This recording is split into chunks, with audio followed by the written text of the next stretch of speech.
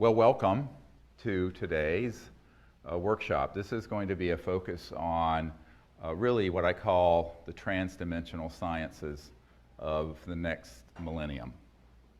And it's dealing essentially with where current knowledge of science meets the science of consciousness and contact experience, and puts all those things together so they make sense to people. And that's a really big task, because what you find normally with this subject is that it goes as far as, do UFOs exist? And people then want to kick the tires on the UFOs. Well, first of all, if they had tires and that kind of landing gear, it means it's made by Lockheed Martin and my uncle's old company, Northrop Grumman, and it's an anti-gravity device. Secondly, if it's only in this dimension, meaning 3D or 4D, if you count time is the fourth, then it isn't interstellar. So the first thing to get your mind around is to forget everything you know about conventional wisdom, if you've studied the UFO subject, but also what you know about conventional science, because they're both antiquated and have been purposely kept antiquated. I'll get into this in a moment. Dumbed down. And what I want to do is share what I think you and the public need to know to understand what has been called the phenomenon, sort of this sort of meta-phenomenon of ET contact and UFO phenomenon that goes beyond just the fact that they're moving at 100,000 miles per hour and can make a right-hand turn without decelerating and not kill the pilots on board with 1,000 G-forces or whatever that would be, because that's all very interesting, but it kind of begs the question of, if they're interstellar, how'd they get here? And the fact that they're here a priori, they use something that's beyond even post-quantum physics. And it's a little bit like going back to Thomas Jefferson's era, it was only a couple of hundred years ago, and showing him this thing, a smartphone. And there'd be no foundation for understanding this. This would be metaphysical. So to the New Age people, they say, well, it's a metaphysical thing. Well, I said, well, it's meta what? What do you mean metaphysical? Metaphysical is just a term that people use when they don't quite understand the science of a phenomenon that's occurring. There is no metaphysical. It's all a level of consciousness of where you're coming from. So if you're an advanced civilization that's interstellar, by definition, you're transdimensional. So you're dropping out of linear space-time, and then you're reappearing at another point in space-time, but not in a straight line. And the comprehension of that requires a lot of humility on the part of humans, which we typically lack, but particularly scientists and theologians. We'll get to that a little bit later. There's people with spiritual understanding. Because the paradigm is one of where there is this nexus where what the physicist Goswami described as the self-aware universe comes together with post-quantum physics and way past spin theory and string theory, and where you begin to be very cognizant of the fact that these technologies that are interstellar are operating from a level of an understanding of the cosmos and reality that is one where consciousness and the mind is present at every level, even the 3D level, because it's the only thing that explains the phenomena and all the different manifestations.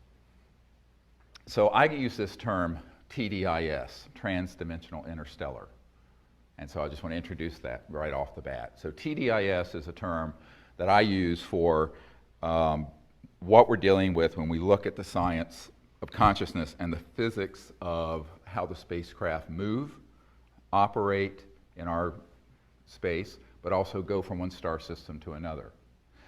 And of course, in the aerospace industry, they have more colorful terms for this. I was flying last year to Australia, and I accidentally was put beside a man going from Sydney to Brisbane, who was a Northrop Grumman engineer. I said, oh, it's my uncle's old company. My uncle worked on the lunar module, the thing that landed on the moon with Neil Armstrong in it. And he says, oh yeah, that's cool, really cool. And I said, yeah. He was a young engineer. And he said, what are you doing? I said, well, I'm here for a meeting. He says, oh. I said, kind of dealing with some of the stuff that you may or may not deal with. And I just opened the door a little bit. He says, oh yeah, we know what, we call that PFM. I said, what? He said, pure fucking magic. And so, his words, not mine, although I did repeat them, redact, but that is why it's called PFM. But at the CIA, it's called WSFM. Have you all heard this term before? First time I heard it, it was from the science director, a guy who's one of the top guys in the science director at CIA, who's actually been encouraged me to do what I've been doing since 1992, because he can't, because they'll get assassinated, so he says, you do it. If you get assassinated, who cares? And so they use this term WSFM, sounds like a radio station. It stands for Weird Science and Frickin' Magic. And that is what they call this. In the Naval Research Lab, people call it that. Because what it deals with is a type of phenomenon that when you get into a certain level of very high voltage systems, where the voltage is at a certain frequency and resonant field. And I'm not going to bore people with the arcana of this, but let's say you have a Poynting vector, or you put an energy field with very high voltage around an object that's a couple million volts, but very, very low amperage.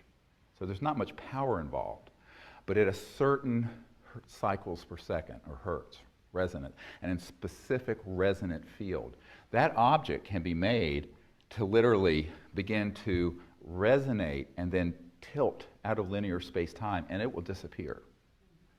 Now, I've been in a lab that's run near the Redstone Arsenal in Alabama, Huntsville, where this stuff has been done, and so by humans. So it's disappeared. You can't see it, and it actually has moved into another dimension. Dimension 6, 10, 12, 80, 90, whatever it is. Someone asked me, how many dimensions are there? I said, how many numbers are there between 0 and infinity? Okay, so forget about 11 dimensions, or it keeps going. So, it's like infinity goes back to infinity. We're going to get into this later. And so the science behind this has really been studied somewhat accidentally in the early days by Faraday, Maxwell, Tesla, and it was sort of an empiricist understanding. You know what empiricism is. Empiricism is basically observational, science. You observe something, it's empirical, it's tangible. Now, you may not know the theoretical behind it, and this happens in science all the time. We'll see something, and we can describe the phenomenon, and even the parameters of the science, but we won't understand really what it's doing. We still don't really understand how, from the herb foxglove, digitoxin works to increase the contractile strength of the heart muscle. But it's been used for 100 years. And it wasn't until very recently they understood how aspirin worked, which was from the bark of a tree, is where you get aspirin from. They didn't understand how that really worked. And they still don't understand all of how it works, but you can use it and empirically see how it works. But the understanding unfolds over sometimes decades, centuries, millennia. So I'm going to be talking about areas of science that is through a glass dimly, and that there are certain phenomena that we can observe, but the actual full understanding of it is probably going to be unfolding over the next 1,000, 5,000, 500,000 years. The whole next cycle we're in. So that's I want to set the stage there. And the other part of setting the stage is the humility needed to sort of approaching a subject like this. Because the biggest mistake people make is to think, we know everything. I know everything because I'm a physicist at MIT. Well, actually, not. It's like the guy, it's like the guy who in the late 1800s declared that we could close the patent office because everything that could be invented had been. Now, this is a true story. So, there's this hubris that goes with the human condition that's rather worrisome, which has led to the foolishness that we see today called human society. But so to get past that foolish way of thinking, there has to be a very open mind and also willing to admit that we really don't understand but a tiny fraction of the cosmos around us. And the brightest and best amongst us, working their whole lifetimes, can only unfold a little bit of it. And so from that foundation of sort of humility, then we can go and explore. And if we don't understand something, you just file it and say, well, someday we may understand this. But don't discount it. Because it's often the things that are discounted because it's not fitting into the box of the current paradigm of science or religion or thought that gets chucked out. And that's where the good stuff is. That's the really good stuff. And often people who do begin to explore those things get persecuted. Like the University of Virginia. We have our farm out near University of Virginia. And there was a medical doctor who discovered that there was a bacteria, H. pylori, that causes a lot of the really bad bleeding ulcers. And it ran against the theory that it was just too much acid. And that if you took a course of this and that medicine instead of the acid medicine or with it, it would cure them without surgery or anything. He got run out of the country, ended up in Australia. Australia was the only place he could get a job. He ended up getting the Nobel Prize. But the initial reaction of the scientific fundamentalist paradigm, the high priests of science, were to say, no, it can't be because we know everything about how this works. Well, it turns out they didn't know anything about how ulcers worked. So the same is true in physics, the same is true in materials, and the same is true in theological thought and consciousness studies. So I think that's why we have to sort of enter this whole subject with that kind of perspective. Then you can at least begin to explore with something resembling an open mind and learn something. The other thing to understand is that almost everything that I'm going to talk about today has been known in some classified project or another for a very, very long time. But in pieces, maybe not put together the way I'm going to present it. My job is to sort of synthesize it and connect the dots, which is my job today, is really to connect all these dots for you guys. So that you leave here understanding, wow, that's why an ET craft does that, or that's why I had this experience in a contact moment, or that's what the future of energy and technology is going to be. And a deep understanding. Now, what I will try to avoid is too much technical jargon, because this is not a group of physicists, but, and I'm just a country doctor from Virginia anyway, so we'll sort of avoid, that's my line when I've done things at the Pentagon. I'm just a country doctor from Virginia. But you have to, feel in your heart that the knowledge can be understood even if it's not in all the technical aspects, the concepts. So if you get the concepts, then you can move into what I call an operational paradigm. And the operational paradigm means that you can put together the phenomenon you see and your own experience and consciousness and thought and do something with it. Which, of course, the outgrowth of that is the CE5 initiative, Close Encounters of the Fifth Kind, where humans use consciousness and thought to interface with interstellar communication systems and make contact. And that's the really exciting stuff to me. So let's start with some of the observed phenomenon of these ET craft. If you go to SeriousDisclosure.com SIRIUS disclosure.com. So at SiriusDisclosure.com, we have 5-6 dozen military witnesses' testimony up there. We have the Orion Project links to all these sort of papers, but there's a lot of information from these witnesses of things that they observed, such as pilots who'd be flying along, and there would be a spacecraft off their wing, and it didn't just fly off. It dematerialized, quote unquote, instantly right there on radar and just vanished. Well, it's not like they were hallucinating, because it was on radar and ground radar and onboard radar. This is what happened also, by the way, with the famous Alaska case, where the Japan Airlines 747 Heavy was flying the polar route from Paris to Tokyo, carrying champagne and whatever else they carry on cargo jets from Paris. And they had this massive spacecraft appear. And it was the size of a battleship, but it was in the sky. And it actually was a CE-5 in the sense that the pilot signaled to it, put the landing lights on, and the craft signaled back. So there was contact. A lot of people don't know that. You read the case of the captain, the Japan Airlines captain's account. Well, the spaceship, and this is all on our site and in the book Disclosure, the captain called in and had it on its radar and called it in, and of course it ended up being on FAA radar, which we eventually, from John Callan, got the FAA tapes, and also a military radar. Military jets were scrambled. But this massive object did not move in a linear way. What do I mean by that? Well, it would be, say, at 12 o'clock, and instantly it would then be at 6 o'clock. This is something that was many times the size of 747. And it moved in this non-linear way.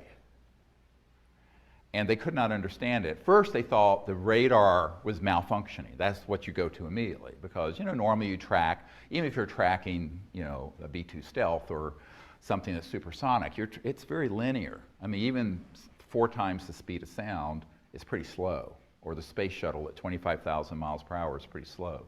You can track that thing. This is not trackable. So in a linear way, because it would be here and then here. How? I'll get to this. And by the way, the same thing happened. Merle Shane McDowell, who's one of our witnesses, who was down here in Virginia at Norfolk at Atlantic Command, and he was working under the SYNC Atlantic Command, the Commander-in-Chief Atlantic Command, Admiral Harry Train. And they had a what's called full zebra alert, where basically, if you don't have a zebra stripe on your badge, you got to get out of the command center within 60 seconds or you're shot by the Marines who have the M16s there to enforce that. Now, I've been at this facility in that area, and they mean business when you're in there. And so they went to full zebra alert. The Admiral came down into his observation area in this huge facility. And they had this ET craft on radar off the coast of Newfoundland. Boom, one radar sweep, it'd be off the coast of South Florida. One radar sweep, boom, it'd be right off the coast of Norfolk. And then it went off over to the Canary Islands, et cetera, and so on. Well, they actually did scramble jets when it was in one area, I think up in the Northeast, and got close enough to take photos. All the photos got classified and put into the Black Pit of Calcutta, never to be seen again. But daytime, there's a daytime event. But the movement on the radar clearly showed that it was this very large, it's several hundred feet, they estimate maybe the size of a football field, circular object, and that's how it was moving. Now, this is not your granddad's Oldsmobile. Clearly not using a jet engine or a rocket or anything like that. So, people say, what are the cases where you have proof of this? I said, well, we have the observation, we have the radar tapes, we have the documents, we have, what do you want? But the what's behind the phenomenon is stop for a minute and say, how is it doing this? Well, it little gets into what Einstein called the spooky effect. Everybody know what spooky effect is? Well, Einstein observed that a particle could be in 2 places at once, like that. The same thing. And so he couldn't really explain it, but he just called it spooky, the spooky effect. And I guess it was spooky if you were linear in your thinking and teleologic and Einsteinian. But it's not spooky when you think about it. The whole cosmos is actually non-local because it's conscious. A few years ago, there was a journal, physics journal, that published, and it was actually on the front page of Newsweek. It was back in the late 80s, early 90s, where they did a study. And what they were doing is that they were studying photons and shooting them down an area, and there would be an aperture or a window that it would go through. But what happened is that the physicists found that when they thought of where they were going to move, the photons changed course precognitively. In other words, the photons reacted with the thought and consciousness and intent of the physicists. And this was done over and over again and proven. And this was published in mainstream physics journals. But people say, oh, well, that's interesting. Well, I don't know what it means. They chucked it aside. Again, it's the cool stuff that gets chucked aside. This is in the mainstream physics journals. You look this study up. And then, of course, you have people like Dr. Bob John of Princeton, the Princeton Engineering Anomalies Research Lab, the PEER lab. And back in the 90s, he and I spoke about this. He says, you know what you're doing out under the stars is sort of in a clinical, experiential way what I'm proving in the lab. And that is that everything is conscious and everything can react to thought and consciousness. And so what he did at Princeton, he was professor emeritus of engineering, and some of his work has been continued by some of his students, is that he would have like a random number generator, like a machine that just generates zeros and ones or something like that. And they'd have someone just sit, and it wasn't like this was some psychic or somebody, it just ordinary people, and they would put their intention on it that it would, instead of putting out zeros, would put out more ones. And sure enough, the bell curve distribution would shift. Or the other way.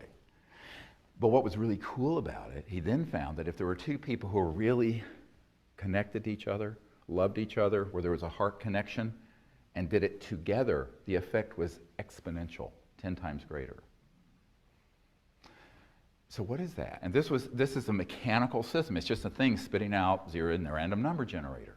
And this has been proven over and over and over and over and over again. Now, there's no linear contact between the person's body, the physical 3D, 4D, and the machine. It's just purely thought intending, and yet it affects it. What does this mean? Well, it means that everything is awake. Everything has within its structure an element of this non-local consciousness, mind that isn't bound to 3D space-time. And so non-locality is something that began to be talked about by physicists, and then there's a medical doctor, a man that I actually met once, and he wrote a wonderful book called Recovering the Soul. And it was all these accounts of scientists and also lay people finding that the mind and thought was always an omnipresent field and could have effects, whether it was like an intercessionary prayer for someone, one person would be in Europe, the other person in Hawaii, and they would have an effect, et cetera, and so on. Or they would take saliva, which has your white blood cells in it, and they take it to another continent, keep it alive in a petri dish, and they would put electrodes, and those white blood cells would register when the person had an emotional reaction to something consistently, even though it was out of their body. Cool. I mean, this is the really cool stuff. So, is everybody understanding this? I haven't lost too many people yet. And what that means, the real kind of the bullet point is, the mind is always omnipresent. Your mind, my mind, all mind, because there's a singularity of mind. Erwin Schrödinger, the father of modern quantum mechanics, it was really particle wave theory back, I think it was 1908, said the total number of minds in the universe is one. That is, it's a singularity. So mind stuff, or consciousness, is a singularity. Now, we can be aware of our own awareness and think, well, I'm conscious and I'm Steve, and you attach it to yourself and your ego or your individuation, let's call it, your individuality. However, it's always at the same time without any effort, whether you know it or not, tied into this sort of omnipresent, non-local field of consciousness, as it turns out, without effort. Now, you can be shut off from that, or you can be tied into it. The meditative state, and Samadhi, is when you get tied into the universal component. That's all meditation is. It's the quieting of the individual mind to where you experience the non-local mind, the unbounded mind. And this actually has profound implications not only for health and healing and contact, as we'll get to, but in physics. Because if you look at the cosmos, everything is in fact consciousness, phasing and resonating as a photon, or a star, or a person, or an individual, or a tree. Now, this is not pantheism. It's an understanding that's a transcendent understanding of this sort of universality of the awake state, the awareness. And this has been proven scientifically. This is not, there have been study after study after study, some of which I'm citing here. I don't want to belabor the point. You can look these up yourselves. I'm sure you can all know how to read. But I want to pull it together into sort of an awakening within yourself of the fact that you're just not limited to your physical body and self, even when you think you are. And this is how a lot of intuitive things happen. You know, you've heard of this. We have one of our witnesses with the Lockheed Skunk Works scientist, and you know what skunk works are? You know, the super secret skunk works up in the high desert. Where Ben Rich, he wrote the book Skunk Works. And before he passed away, he's the one who said, well, he said several things. One thing he said, there are no private conversations anywhere on Earth. This was in the 90s, so he was way ahead of Edward Snowden. Number two, anything you can imagine, we've already done at the Skunk Works. And number three, we already have the technologies to go travel amongst the stars. In fact, we can take ET home. And the last thing he did in his slide was to show this black disk going out into space, and it was a human. It was a man-made electromagnetic EMG anti-gravity disk, which they have, and which we have had since October 1954 when we mastered gravity control. But the more profound thing is that people who've studied this begin to have experiences that are very, very strange. Because you can take these electronics and create this lifter effect of anti-gravity. So they're called lifters. And the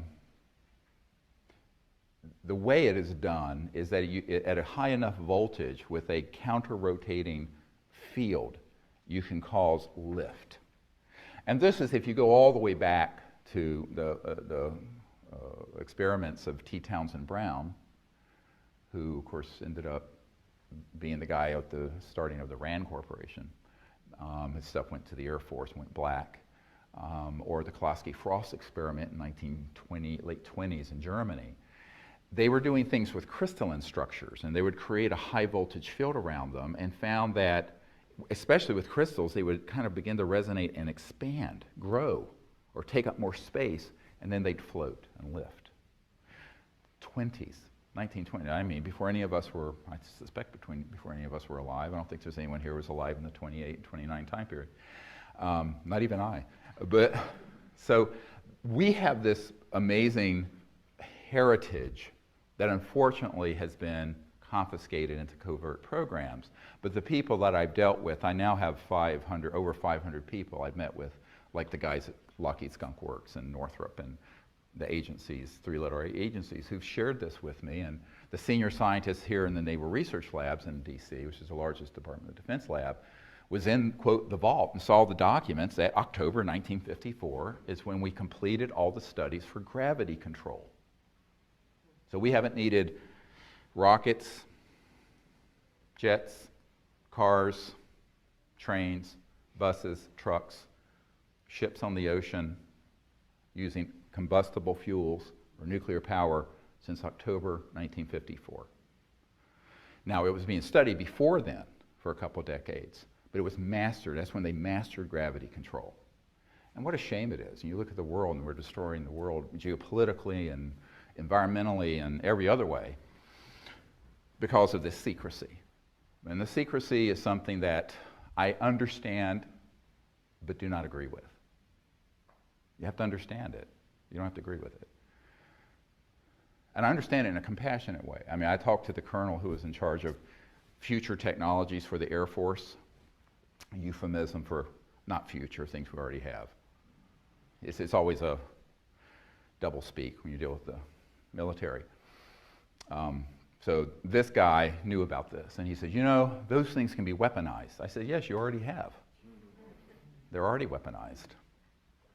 I said, I can't tell you how many patients I took care of in the emergency department who were killed with knives, steak knives, butter knives, you can kill everything. I said, everything can be weaponized. The question is, do we let human society terminate fighting over the last barrel of oil and destroying the biosphere, or do we find a way to live together peacefully in an enforceable peace? Maybe it may be the peace of the chained dogs initially, because there are always going to be madmen out there, but allow these sciences to come out so we don't cannibalize the earth. Because we're 100 years into a period when everything I'm telling you should have been known and out, at least in terms of the theoretical physics, the applied free energy materials should have been out by the turn of the last century, early 1900s, and the electromagnetogravitics 40s and 50s, which of course Werner von Braun was working on with Adolf Hitler in Germany. That was their secret weapon. We were doing the atomic bomb, they were doing anti-gravity.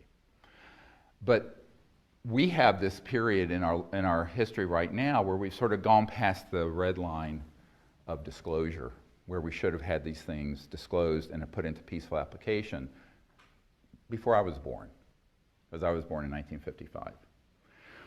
So I think that when we look at this, we have to say, you know, it's a little bit like Gloria Steinem when she used to say, the truth will set you free, but first it will piss you off. Love it. Love it, love it, love it. But we're at this point, we're going to have to decide to make these changes, but first we have to understand what we're dealing with here. And we really have to begin to understand the power of the conscious mind and these technologies and how they come together. Because when we're out there making contact with these civilizations, we're actually pulling together amazing science and technology, even though you may not fully understand, but the things that are happening are amazing. And therefore the phenomena that can happen are amazing. And that's why you need this understanding, this scientific and intellectual understanding to understand the experience you will have or may have already had and didn't understand what happened when you had it. Like when you had that at the Outer Banks. That's why the men who worked in these projects and some of the women, like this guy at the Lockheed Skunk Works, he knew about some of this, but not all of it. He knew more about just the more mainline anti-gravity stuff, or electromagnetogravitic, because that's the proper term. Anti-gravity, sort of a pop culture term. It's incorrect. It's not anti-gravity, it just creates a mass cancellation effect of an object so it floats. And if you cancel the mass enough, think about it. If you create a voltage around an object where the mass becomes less and less and less, what happens when the mass goes to zero? It disappears, correct. It vanishes to the eye and all detection systems, and it's then moved into another dimension. And it's in that state that it goes from this star system to another one. Get it? Does this make sense to people? Now this is beginning to make sense. So when these pilots and people come to me with the experience, now they're going to come with an empirical observation, and they don't have the background. I will try to explain to them why that 747 and this massive craft went from here to here and looked like it vanished, or the one that's going on your wingtip was hovering there and all your instruments were going nuts on board and it just dematerialized and vanished. There's nothing metaphysical about it. It's an actual hard science, a very well understood hard science, but it's not something you can take at a course at MIT. So this is your MIT course. So for now, someday, this will be mainstream education. I hope. Soon. Maybe not soon, but the sooner the better. The kids coming along need to understand this. This particular scientist, getting back to his experience, the reason he called me up was not to tell me about the time he was operating a radar system and an ET craft came in and did all this amazing stuff, which is in the disclosure book. It was that he had an experience that he didn't understand. A personal experience. This is why a lot of these guys end up getting in touch with me. It's very funny. And I'll go, okay. So I'm on the phone. I think he heard me on a radio show or something, and so he says, well, Doc, I was practicing a meditation discipline back in the 60s called Rosicrucians or something like that. Yeah, the Rosicrucian. And he was trying to learn how to, what they call astrally project, where your body of light and consciousness sort of lifts up out of your physical body and flies around, like a lucid flying dream, but sort of on command instead of accidentally. And I said, oh, cool. You ever have any success with that? He says, yes, let me tell you. And he says, but it has to do with this issue. I said, oh, really? And so he said, well, I was there and I was trying too hard. He wasn't relaxing deeply enough. And so his teacher one day said, look, you know how to do this. You just need to let go and let it happen. And I guess the right thing was said to him, so he was able to do it. So he lay down on his bed and he was doing whatever technique they use. I've never taken that course, but he went out of his body, lifted up, and initially just kind of lifted up, and then he got so excited he went right up through the roof, the ceiling of the house, and into the sky and into the atmosphere, and then slammed into the side of an extraterrestrial vehicle. Now he's fully lucid awake, and he said that the ETs on board, which were around 4 or 5 feet tall and very thin, no hair, were at some control and they were observing, and they were hovering in the atmosphere, but not visible to the eye because they were shifted into this other dimension. And when he hit the spacecraft, the craft moved, but it was not his physical body; it was his astral body. The body of light that you fly around in. He says, I don't understand how an interstellar vehicle, because he knew they existed, could be affected. I said, because it had shifted its resonant frequency beyond the crossing point of light, the speed of light and matter and electrons, into a dimension that closely approximates the astral body field, that energy field that the mystics called astral. And since it was of a similar density to your own, it could interface with it. The funniest part of the story, after he said, oh, I've wondered my whole life how that could have happened. He popped inside and they looked at him like, my God, why don't you watch where you're going? As I was they did. It was kind of like appalled at this interstellar faux pas. And like, well, you can watch where you're going, But they did. They just kind of looked at him with this sort of like displeasure. So that's what, when he told me that experience, I said a lot of people have had experiences like that. Where they're in their subtle body, the body that you have when you're having a lucid flying dream. How many people have had a flying dream where it's like full color and you're flying along? All right, that's your astral body. And the mystics call it your astral body. But it's actually it's part and parcel woven into your physical body, but you can have experiences where it separates. And you can travel through that modality. So other places, other dimensions. And this has been done for thousands of years. There's many, many accounts in the literature about people doing this. And many people will confuse that with their actual physical body because it looks very similar. in shape and size. But then within that astral body is the sort of the essence of yourself, your thought essence. And then within that is pure consciousness. So if you look at it, every single individual human being has folded within them all the dimensions of the cosmos. So when people say, how do I explore and find these other dimensions? I said, they're already folded within you. They're there. It's just that you just need to have someone explain that that's what that is. So anyway, so this military, this skunkworks guy, the Lockheed skunkworks, was very happy to finally figure out what happened. But then we had this discussion, and I said, you know, this has really profound implications for you understanding what's going on at Dreamland MOC. And you know what Dreamland MOC is? Okay, so it's I brought with me the thing I put together when Obama got elected. And the very first document in this briefing is the one from Nellis Air Force Base. You know what the public call Area 51. Nobody calls it that. And it talks about the Dreamland MOC in it, Dreamland, and all the different compartments out at that facility. And the reason there was an area called Dreamland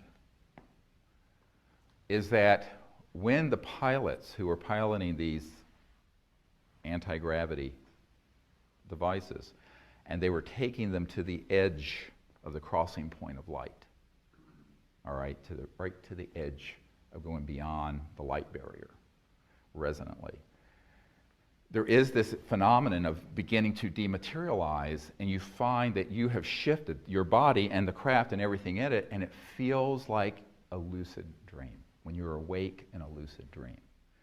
And that's why it was called Dreamland, Military Operating Center, MOC. And a lot of people always wonder how they got Dreamland. Now you know. This is something that if you begin to look at, if you do an ethnography of different cultures, for example, the Aboriginals in Australia, where they have something called dream time.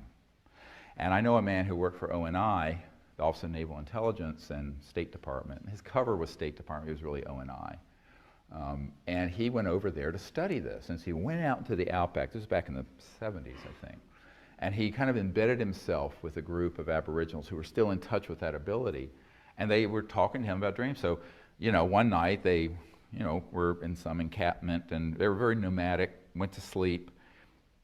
And one of the members of the tribe, one of the Aboriginals, the next morning said, "Oh, well, I had a very lucid, in the dream, I met so-and-so, I don't know the person's name, and we need to walk and meet at whatever time here."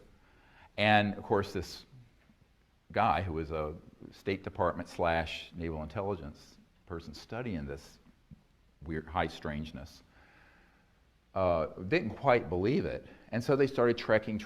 And sure enough, at the exact place and time, he met this person and they didn't have cell phones, nothing. And they just met. And he said, this is, So it was one of these things where this is their normal state. And many African tribes have described doing this, and Native American peoples, and they call them seers or visionaries. But it's really just the capability of the conscious mind to be disciplined in the dream state, sleep state, to awaken into this dream, and then be in control while you're having it. That's the lucid part, and begin to explore. And you can explore things in this world or other worlds that way. Now, really what we do when we do the Close Encounters of the Fifth Kind protocols is that we're going into deep meditation and doing it consciously. We're not going to sleep. Well, some people go to sleep because we're out till 2 in the morning. But we're doing this through a technique, a meditative technique and a protocol, which you can all use and practice. And practice makes perfect. I'll tell you, you need to practice it for it to really work effectively. But the concept is what you need to understand. How does it work? Well, if you're talking about connecting to an interstellar civilization, they may or may not be in the area and not in this linear dimension. Maybe they're dematerialized and they're hovering over the White House. Could be. Why not? Who would detect it? Nobody would detect it if it shifted far enough out of this dimension. But it could pop into view instantly. So it's not just that they're traveling faster than the speed of light. They can be shifted beyond the speed of light and be, quote, stationary, but kind of superimposed around this space, but beyond 3D space. Does that make sense? So it could be in this room. It could be anywhere. Now, the effect, it becomes something that doesn't make a lot of sense to people unless they understand the basic concepts I'm sharing now. And then you say, well, what happens when it's only partially here?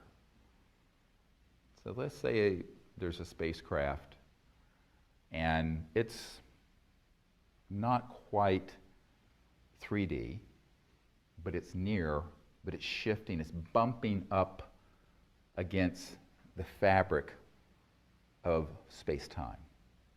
Well, this is where you get all kinds of epiphenomena, all kinds of other phenomena, such as electromagnetic signals coming through our systems that we detect.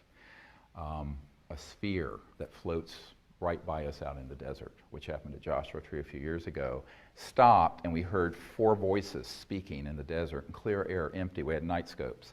And then all of a sudden we took a photograph and here's this extraterrestrial we call Bijou, who's from the Andromeda galaxy, who's there waving. It's on the website, okay? That's how that happened. But it actually, so the understanding of this, it's really key to going out and doing the contact protocols. Because you're using consciousness, but you're also using thought and electromagnetic systems, and all of this is coming together in a nexus. And there can be all degrees of the manifestation or how something materializes. It can be 3D, where you really would bump into it solid, or it may look like it's 3D, but you could walk right through it. Wonderful story from Altus Air Force Base, a friend of ours who lives out in the mountains. He worked for the Air Force back in the 60s, and he was a guard at a nuclear bomb squadron out in Oklahoma.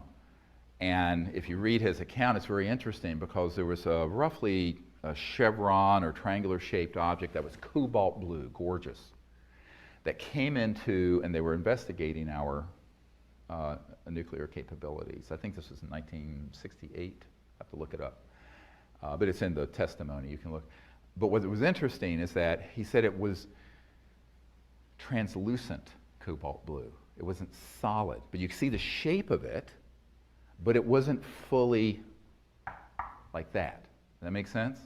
So it moved over, and of course they have what they call the hot areas that are marked off in red. No one can go into those hot areas except the pilots for the nuclear bombers. And of course these were hot, ready to go. They were kept ready to go all the time in those days. And we still have some that are hot, ready to go. But the hot areas were, and they had sensors, electromagnetic sensors. Well, as this thing moved across that area, it set the sensors off. So even though it wasn't 3D, totally physical, visually you could see this outline of this cobalt blue ship. And it was enough in this dimension to put off electromagnetic fields that the electronic sensors went off, which ended up being a disaster because they went to a full alert and had to scramble those jets and move them off the base, which is what happened. But the craft was never 3D, fully 3D. Does this make sense? So many times people will see something and they'll go, well, I saw it, but I'm not sure. And in fact, that's how this guy approached me. I'm not sure what and I said, well, just describe it. Don't editorialize it. And he described it. I said, oh, well, I know exactly what that is. That was a craft of that shape and dimension that was still shifted. Its molecular and atomic structure, resonant field, was still shifted high enough that it wasn't totally 3D, but you could see the glow and outline of it, kind of like an astral body or a ghost. Cool stuff, huh? Is this too much information too quickly? Okay, so we're going to have a whole hour and a half of question and answer for later anyway, so make notes on your little tablets or whatever you want to do if you have questions that come to your mind. The reality is when we're observing ETs their physical bodies can also do the same thing. So if you look at this ET we call Bijou that appeared at Joshua Tree National Park, we're probably going to do a week training there in April if you want to come. We go to this place, it's amazing, in the heart of this 800,000 acre park. And was that with the naked eye, nothing was seen. Now, the ears could hear 4 ETs speaking. I don't know what language they were speaking. Andromedan? I don't know. But when the person took the photo, Raven, a member of our team, took the photo, she just held her breath and had it open for 3 or 4 seconds, and here is this glowing field of energy and this being standing there, turned like this, waving at us. And on the top of his head, if you look very carefully, is what looks like a yarmulke. It's not. I don't think he's Jewish. He might be. There's a rabbi from Andromeda. No. But it's this thick. It's about this. It looks about that thick, and it's a white, and it's basically a teleportation assisting device. So it holds that field. So their physical body can phase in and out of 3D or 5D, 10D, whatever, resonantly shifting. Make sense? I'm looking around to see if I've lost everyone yet. Because understanding all of this, I'm trying to give examples of things that are really big lessons to understand when you're going to go out into the stars with your team in Largo or wherever, or California, or wherever you're from. Now, the other more fascinating part of this is that interstellar civilizations utilize what I call coherent thought emanating from a deep level of quiet mind that's very directional, very specific, the way we would utilize a laser and a laser disc, or a fiber optic system with lasers, or a laser tracking system. What do I mean by that? There's a really hilarious story I like to share about meeting with the CIA director for Bill Clinton out here at a dinner party some years ago, about 20 years ago. And of course, the interest was policy. Why the hell aren't we why the hell isn't the president being told what's going on? Why are they lying to us? I'm the CIA director and I don't know nothing about this. And so we got through all that. And then we got into more of a relax. It was almost 3 hours we were together. My wife was with me. And the wife of the CIA director was the chief operating officer of the National Academy of Sciences over here. So she had a really scientific mind, whereas the CIA director was more policy, secrecy, policy, all that, and basically upset and mad because they had looked into the issue and knew they were being lied to, which is what, of course, the whole Clinton team knew that, and so did Jimmy Carter. Jimmy Carter famously said, I didn't have a high enough security clearance to be told about this, even though he had had a sighting as governor of Georgia. But so she basically said, well, I don't understand. How could they be communicating from one star system? Let's say they're from a star system way out there, and they're trying to communicate with a craft that's here, one of these UFOs that's here. How could they possibly do that? Because the electromagnetic field is the speed of light. That's what your cell phone is. Radios, 186,000 miles per second, speed of light. And I said, yes, I know, the speed of light is just too damn slow, isn't it? I said, well, they're not. They're using a phased electromagnetic system that goes beyond the crossing point of light. And by the way, the chief scientist in Naval Research Lab said they have done experiments at NRL here that have done signals beyond the speed of light, but it is classified. He sat in my condo here and told me this word for word. Number 3 at the whole lab. Sits in on meetings with the vice president. I mean, I know this guy stayed at our home. This is real. So, but she didn't know about this because she was an administrator at the National Academy of Sciences. And I said, well, you know, my first thought was if I tell her the truth about this, she's going to think I'm a crank and a kook. And, you know, I'm a young doctor. I'm only 35 or something. And I have 4 children I got to put through college. I said, I'm going to ruin myself if I tell her the truth. And, but I thought, well, you know, she asked me the question and I owe her an honest answer. And so I said, look, you've asked, but just bear me out. I said, you know, let's take our Milky Way galaxy. The Milky Way galaxy is 100,000 light years across.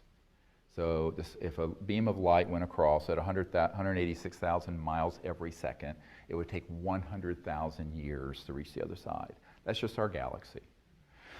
And in our galaxy is about 100 billion star systems, same number of star systems that there are neurons in our brain. Cool, huh? Interesting coincidence. And let's just say there's a civilization that is 1,000 light years from here. A light year is a distance, not time measurement, a distance measurement. It's the distance light goes at 186,000 miles a second in a year. So let's say it's 1,000 light years from here, which is 1% of the way across the Milky Way galaxy, which means it's in our neighborhood, because we're not even intergalactic now. At the speed of light of your cell phone, a radio wave, a TV signal, a fiber optic, it's going to take 1,000 years for the signal to get from that home planet to their starship that's in our solar system, and another 1,000 years for the starship to say, hi, got your message, how are you doing today, to go back. It's the time since the birth of Christ, so to say hello and goodbye. It's not a functional paradigm. So a priori, if you're interstellar, you are transdimensional.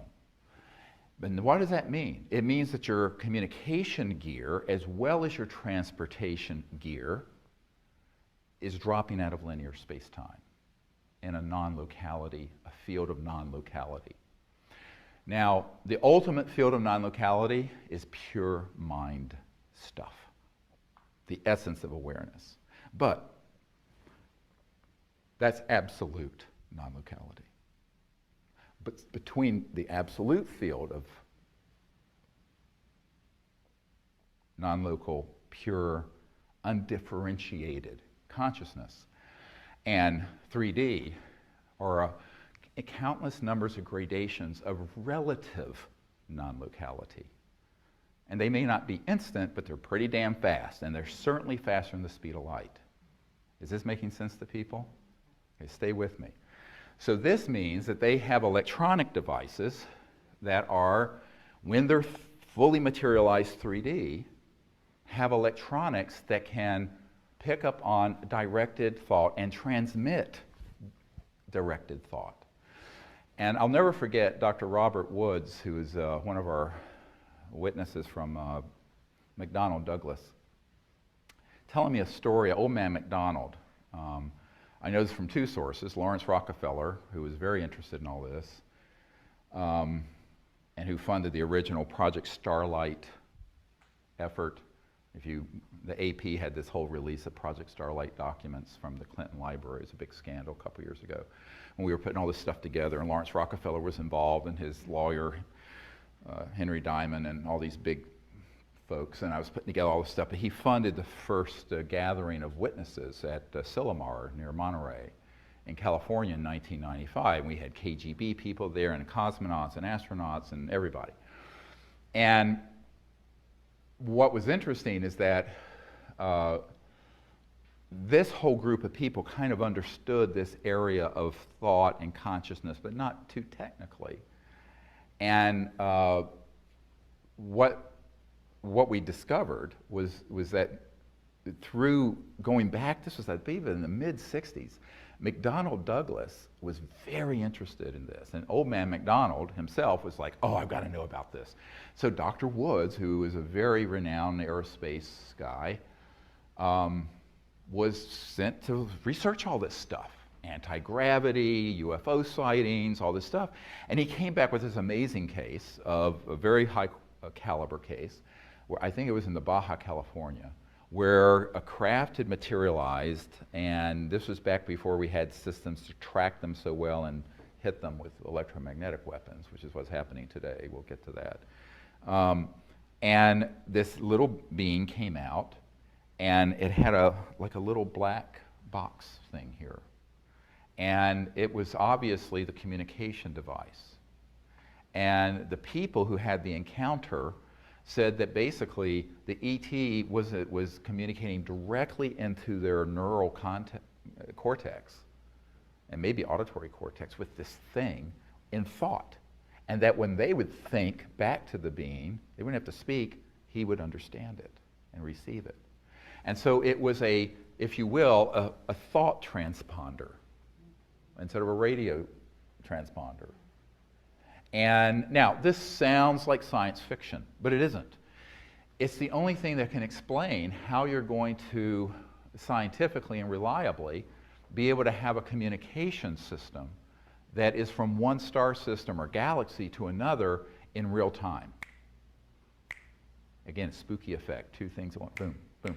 So you're dropping out of the linear barrier of space.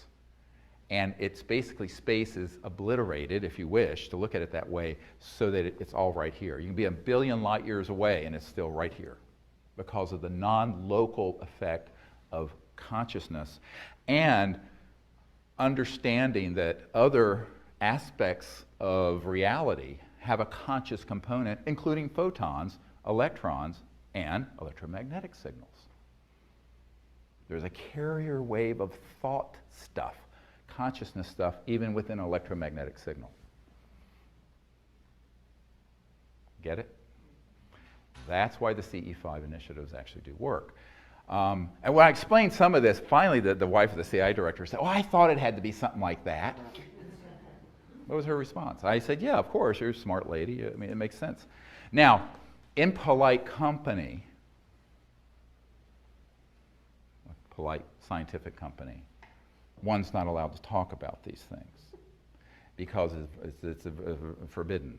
This is like my book, Hidden Truth, Forbidden Knowledge, that the film series was based on. These are things you're just not allowed to talk about because it's so paradigm busting scientifically and even theologically, because it begins to explain a lot of, quote, mystical experiences people have had that become a catechism or get misinterpreted through the millennia. But ultimately, if we want to seek the truth, let's find the truth and forget our dogma. I love that saying, my karma ran over my dogma, or something like that.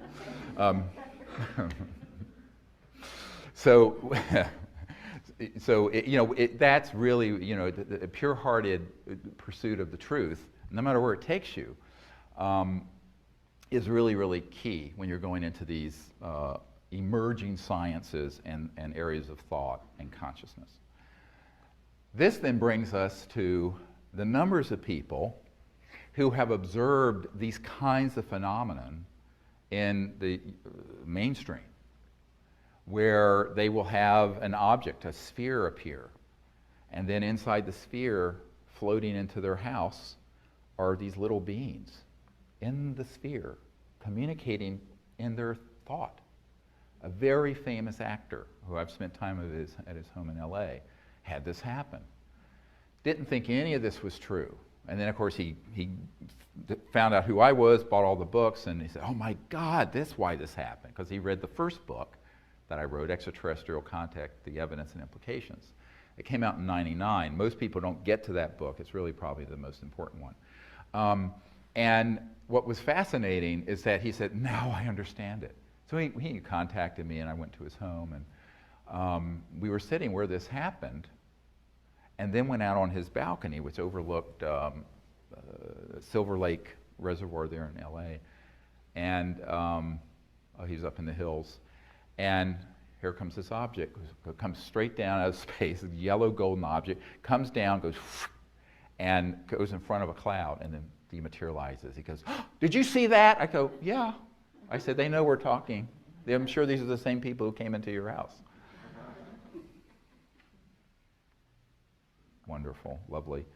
So I think that a lot of people have had these experiences, but they don't have the understanding. My hope for this gathering today, but also the video that we'll put out, is that people will begin to connect these dots and make some sense of these experiences where in the early days when I started looking into this, I found there were many, many accounts where people would see a craft, or maybe it's not fully materialized, maybe it's just a sphere, and they'll think something and it'll react to the thought.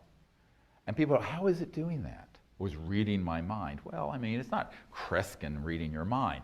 There is a science of what I call coherent thought receivers and transmissions that can take place between transdimensional interstellar capable civilizations and humans. Now, we may not understand all the science, and I can't say I can go to a laboratory and build one of these things, because I can't hook up my DVD player. Emily has to do that. I'm useless for that kind of thing. You know, he's like, nurse, or Emily, help. You know, but defibrillators great, and respirators and other stuff. No, computers, hurl them through the window. I'm all thumbs. But, you know, we can understand it. So then, from an experiential point of view, from that paradigm, we can say, oh, I understand now how it is contact can be initiated, but also if it spontaneously begins to happen, how it begins to unfold, and why it can be both physical and in thought and electronic, and then in these other phenomenon. I call it the epiphenomena that happens, all the different manifestations of contact. For example, we're sitting out in the desert in the middle of an 800,000 acre park. There are no police around, there's no microwaves, there are no McDonald's, there are no big microwave ovens, and we have magnetic field meters and radar detectors and other things that aren't expensive, but that we have in our toolkit. And we're sitting there, and we'll see an object. It'll look like a flash bulb going off in space. It's just an object that turns on and turns off. And sometimes it'll move and turn on and turn off. And one time we had like 15 of them that were right above us doing this that we filmed. This actor actually came out with us near Palm Springs, and we did this. And then the detectors start talking. But they're making sounds that the people, if you contact the people who manufacture at the factory, go, these don't make these sounds. And they're actually doing trans-dimensional communication through the electronics. So forget the Arecibo telescopes and the SETI project spending hundreds of millions of dollars. You can go to Radio Shack, get a radar detector, a magnetic field meter, tri-field meter, and a couple other things, put that out, sit in meditative state, and then welcome them to come, and all kinds of things can start happening. And what is it? How do you interpret that, though? It becomes very intuitive. Because, and what we have found with some of our equipment, certain things will make certain tones. Like we have one radar detector we call Walter, because a man named Walter gave it to us. And it will do a certain type of beeping. It'll go beep, beep, beep 3 times, and only 3 times. Doesn't make the sound like you would with a cop car or a radar gun. Just when an object is about to appear. And then within moments, there'll be a sighting of an ET object. It'll beep, beep, beep, and it means we are here. So you get into this flow, and they actually do what I call a trans-dimensional entrainment of the circuitry of your device. It gets customized after a period of weeks and months, years. And they really will communicate in ways that are quite mysterious, quite bizarre. People who come on these whole week thing expeditions with me, they go, what the hell is going on? I said, well, just listen and interpret for yourself. But there is a pattern to it that evolves. So you have objects that can materialize, objects that can be quasi-materialized, that are like the cobalt blue object at that Air Force Base. You can have spherical objects that will have the entities in them. You can have an object that appears and then dematerializes, and then all you hear is some voices speaking. You take a photograph, and there's this guy waving at you. This is why it's WSFM. Weird science and frickin' magic. And everyone is oriented towards very materialistic, linear, early 21st century manifestations, because that's what we want. And I'm saying, what a mistake. That's a huge mistake. because what they're really wanting us to do is to understand their universe, their cosmos, and go partially into that. Because it's edifying. That's how you learn. You don't learn by having everything spoon-fed you at the level that you're already operating. Does this make sense? Hard lesson, because people are lazy. And humans tend to be kind of slovenly, mentally. It was a Yogananda that said it's the lack of spiritual adventuresomeness that keeps humanity back. So there's a sense of adventuresomeness and exploration, and these civilizations understand that we need to be kind of willing to step, while we're in this planet and in this dimension, step partially into their understanding of what it's like on their planet, where using thought to interface with an electronic device is as common a thing as we would be texting someone with our cell phones. But remember, a few hundred years ago in Salem, Massachusetts, if you had a smartphone, you'd be burned at the stake as a witch. It'd be witchcraft. It'd be magic. So that's why, if we're really looking at this, and instead of looking backward, if we want to look forward into where our civilization's headed, we need to take these lessons to heart and begin to practice it within that paradigm. And that's what we're encouraging people to do through these CE5, Close Encounters of the Fifth Kind teams. It's very, very exciting, because as you begin there, we have an app that's at the app stores. It's for both iPhones and also Google, that you can get that has the whole meditation technique. It'll actually turn your phone into a magnetic field meter. It does all this stuff. It's a whole course. It's a huge file. You have to use your computer to download it. It's so big. But I encourage people to get that. We have people who've done that, gotten that, and who are in all kinds of remote areas of the world. And now that's separate from the app, the free app that lets you network with people in your area. That's the ET Contact Networking app. This is the training app. And but it's only like $6.99, and it has like a zillion things in there. And I encourage people to get that, because if you can't come on a whole week expedition with me, and those are limited to 20 people, so let's face it, not many people can, but you can get that, practice it, find some people in your area, and go out and begin to do it. And when you go out and begin to practice it, then you realize, wow, this works. And we've heard from so many people go out and try it, and they go, we had an amazing object, we had amazing sighting, we had this thing come right into the field with us. And the reason it works is that it's so simple. Because the simplicity of it, even though what I'm giving you is more of a deeper theoretical and physics understanding of it, everyone's conscious, right? Well, unless you're in a coma. And everyone can think. And so if you are sentient, if you have the ability to be aware and awake, you can become aware of awareness. And in that self-aware state, you can go into the silence of deep, quiet mind. And in that state,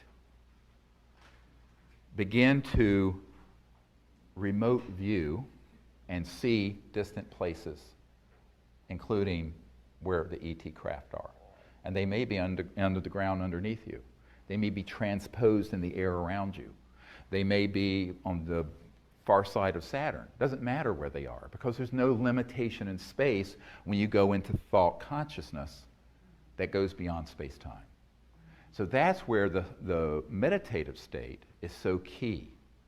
And if you begin to understand what's there's this wonderful saying from I think it's a Sufi tradition, thinkest thyself a puny form when within thee the universe is folded. It's a rhetorical question. So we think of ourselves as just these little animals running around, but the truth is, every conscious being has the ability to be aware of the awareness itself, and from that point, explore anywhere and travel anywhere, see any place. And human history is replete with people who've had these experiences, many times quite spontaneously. I think almost everyone has had. How many people here have had a precognitive or an intuitive experience of something that then happened in their life at some point? Yeah, I met my wife that way in a lucid dream. And I think that what you find, I really did. But what you find is that this is something that is innate to every human being. It's not like you have to be, this guy I knew for years, Ingo Swann. You know who Ingo Swann is? Very famous remote viewer, did a lot of stuff for the intelligence community, lived to regret it. But I was at his home up in New York some years ago, and just a wonderful man, brilliant. And, he did a lot of work with SRI, Stanford Research International, and DARPA, and Army Intelligence and CIA. And they were experimenting and training people during the Cold War to be able to use consciousness to spy on the Soviet Union. And the Soviet Union was doing the same thing. And everyone in the intelligence community at a certain clearance level knows about this, by the way. This is nothing, all that secret. It's hidden in plain sight. But what was interesting to me was that, he regretted that he ended up being used that way eventually. But what he and I would talk about together is the fact that every single human being has the ability to do this. They just don't do anything to help develop it.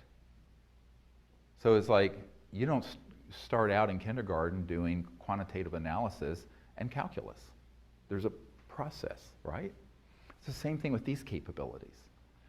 I bench press 410 pounds, but you don't start out that way. You rip your, pectoralis muscles in half. So so everything is an iterative learning, developing process of skill and knowledge and experience that builds on itself over time. Most people just never take the time to sit down 2-3 times a day, go into a quiet meditative state, and then practice the ability to intend to know. And I call it the intend to know because it's not brute will, it's quietly going into consciousness and then saying, I want to know this, or I want to see this place.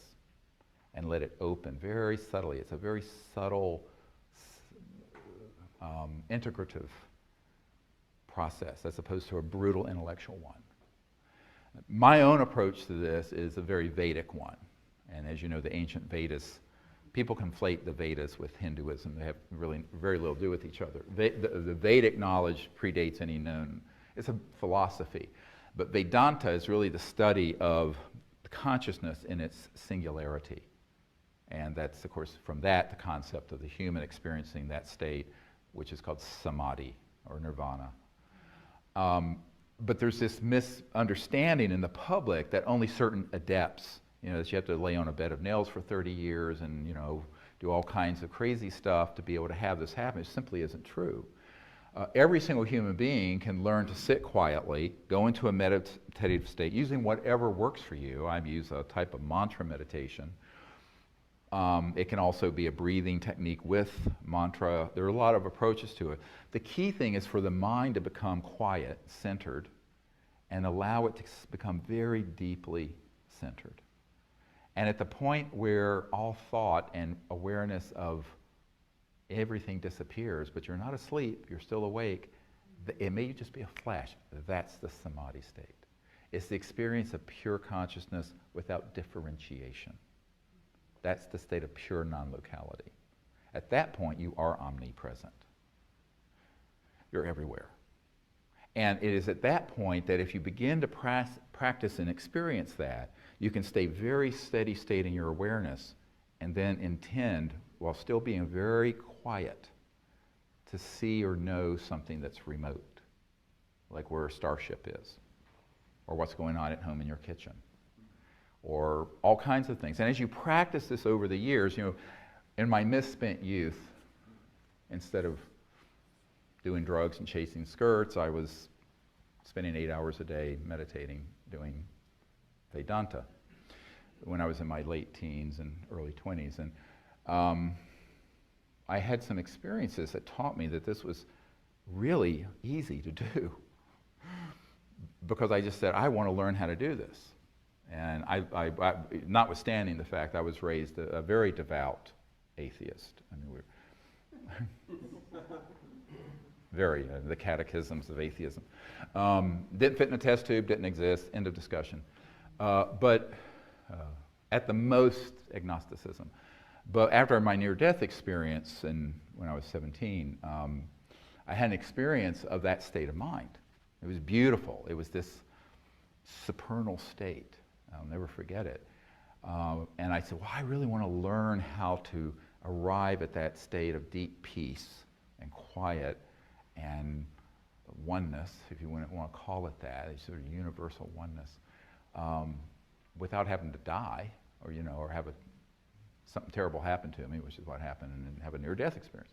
So I did. So I learned meditation, and it was very comical because here I am. It was on my 18th birthday, and I only tell this story not in any self-aggrandizing way, but just to give you a sort of a sense of how people entrain themselves to make things difficult when they shouldn't. So I didn't know that it was supposed to be so easy. I didn't know that it was supposed to be so hard. So I accepted it was natural and easy. So my teacher did the whole thing, and he initiated me, and I sat down, and I immediately went into this deep, deep, deep meditation, and I transcended into Samadhi.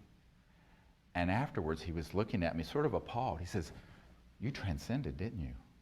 I said, "Isn't that what we were supposed to do?"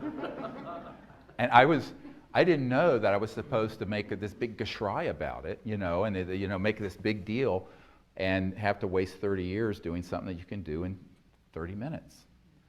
So that's another lesson. You need to sort of affirm to yourself, A, this can be done, and B, you can do it. If you think you can't do it, you won't. But if you say, of course, I'm awake now, why can't I close my eyes, or even with my eyes open eventually, be able to be in touch with the mind that is this omnipresent field? What Ernst Schrödinger said, the total number of minds in the universe is one. It's a singularity. So if you affirm to yourself you can do it, you will be able to do it. If you sit there with the little gremlin on your ego shoulder saying, I can't do it, I won't do it, I'm not Ingo Swann, I'm not the, blah, blah, blah, poor me, well, you're not. It's like, a doctor trying to put a chest tube in. If I have to put a chest tube in here because he's just been run over by a Mack truck and he's got a hemothorax, and I'm going, I can't do this, well, I'm not going to do it. I'm going to lacerate all the nerves in his whatever before I get into where I need to be. So there's a certain amount where you have to give yourself a break and say, I can do this because I'm awake. And go back to some experience in your life that's been intuitive, or some experience in your life where you've experienced a lucid dream and then the next day it happened, and begin to recall these experiences where you go, I do have this aspect of the mind within me that is omnipresent. And I can go to that place and use it for good, and to see things in real time that are going on now at distant places, but also I can see things into the future, or if I need to, into the past. Why? Because consciousness transcends not only linearity of space, it transcends the flow of time. And that solves the mystery of the precognitive lucid dream. Now I'm a quarter Cherokee, my grandmother was Cherokee Indian, and their tradition is a big tradition of lucid precognitive dreaming, like at the Hopi, which I just learned actually were the people who the Anasazi who disappeared became the Hopi. And they would have these experiences of precognitively seeing the future in the dream state and in vision quests. And what you find is that that's something you can do also. Most of the very important close encounters of the fifth kind, where we were going to set out on an expedition to a foreign country or someplace a week before it would happen. Sometimes more than one of the people I was going to travel with would have a dream of an event that would happen and where the place looked like, even though it was a place we'd never been. And it would be crystal clear. It may just be a flash.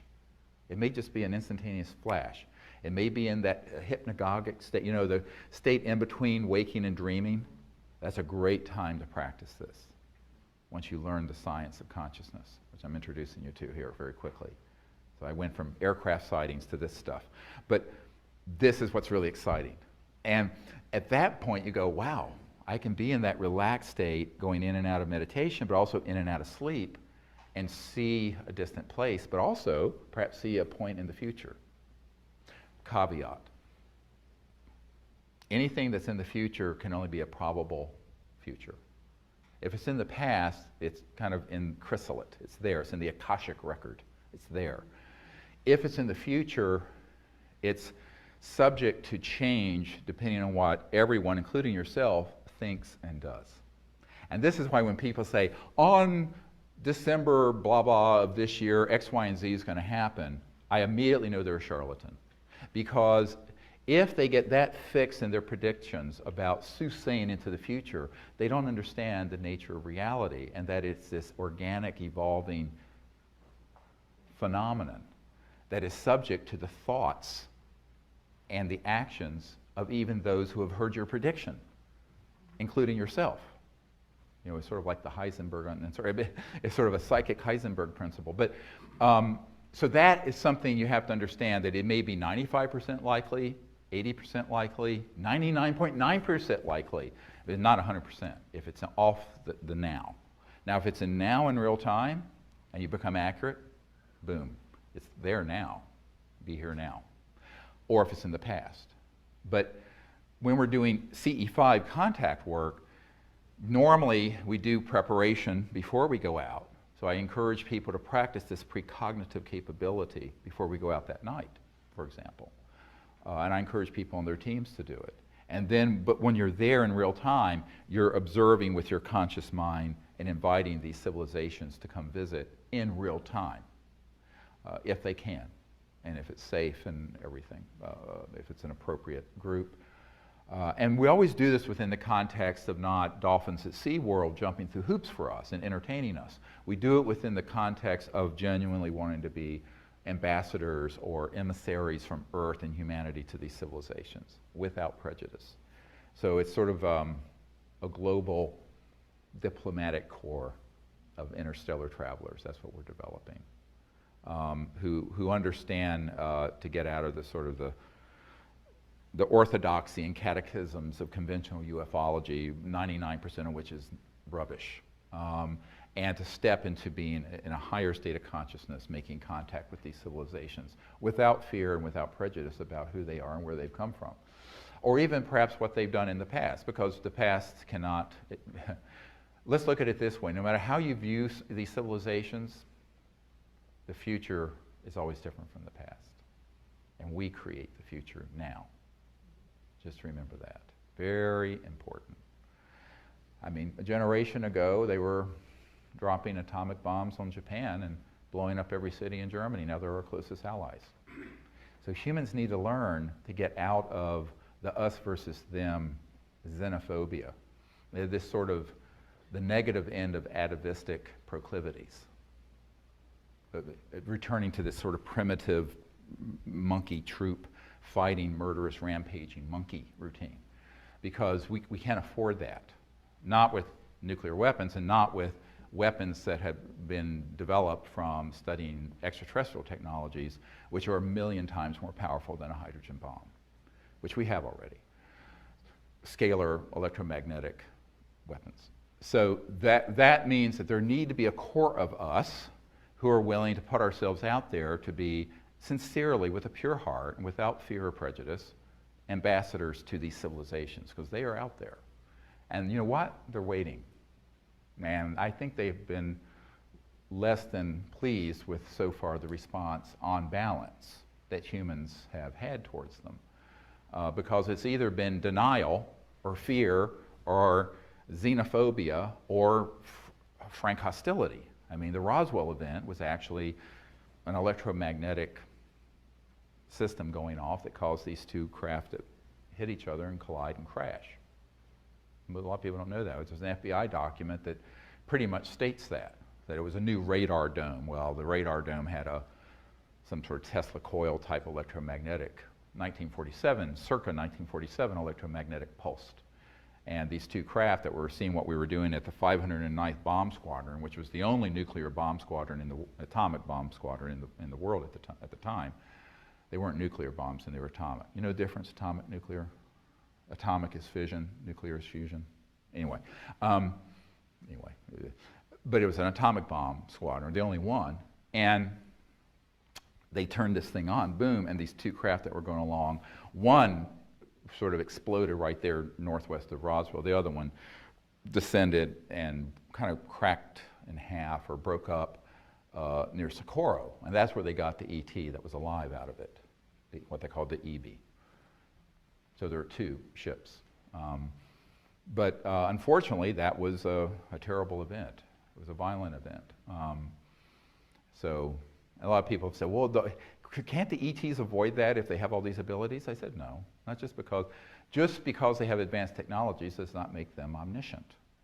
So here's another mistake everyone makes. They conflate advanced civilization or more advanced civilization with being godlike. Don't make that mistake. They're just people like us, but very, very advanced.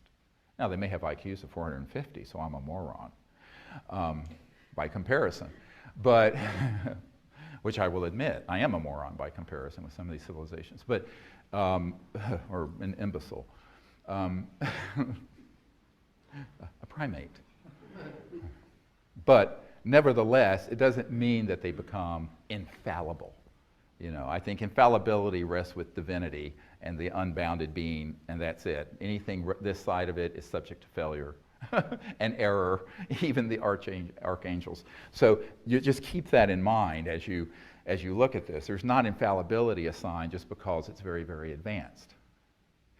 It kind of reminds me of, everyone know what the cargo cults were of World War II? Great story, because this is a great example of the mistake humans make. So in World War II, we were flying, these propeller planes and landing them on islands in the Pacific. And we landed on some islands where there were native peoples who had never seen Western civilization or an airplane. And when we left and then came back, we found that the native peoples had made altars and made things that looked like a biplane with a propeller. And they were worshiping, because it was gods that had come from the sky.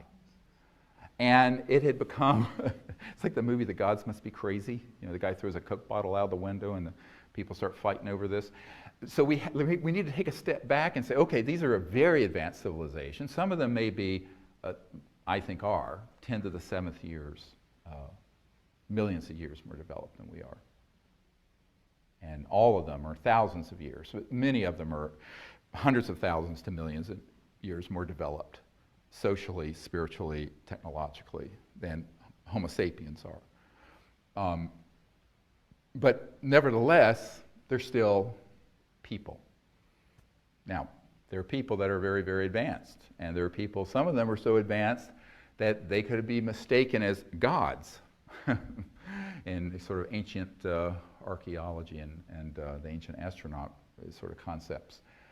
And of course, this makes total sense. I mean, if you have something that appears like that can appear, dematerialize, rematerialize, go straight through objects, it would look like something metaphysical and spiritual.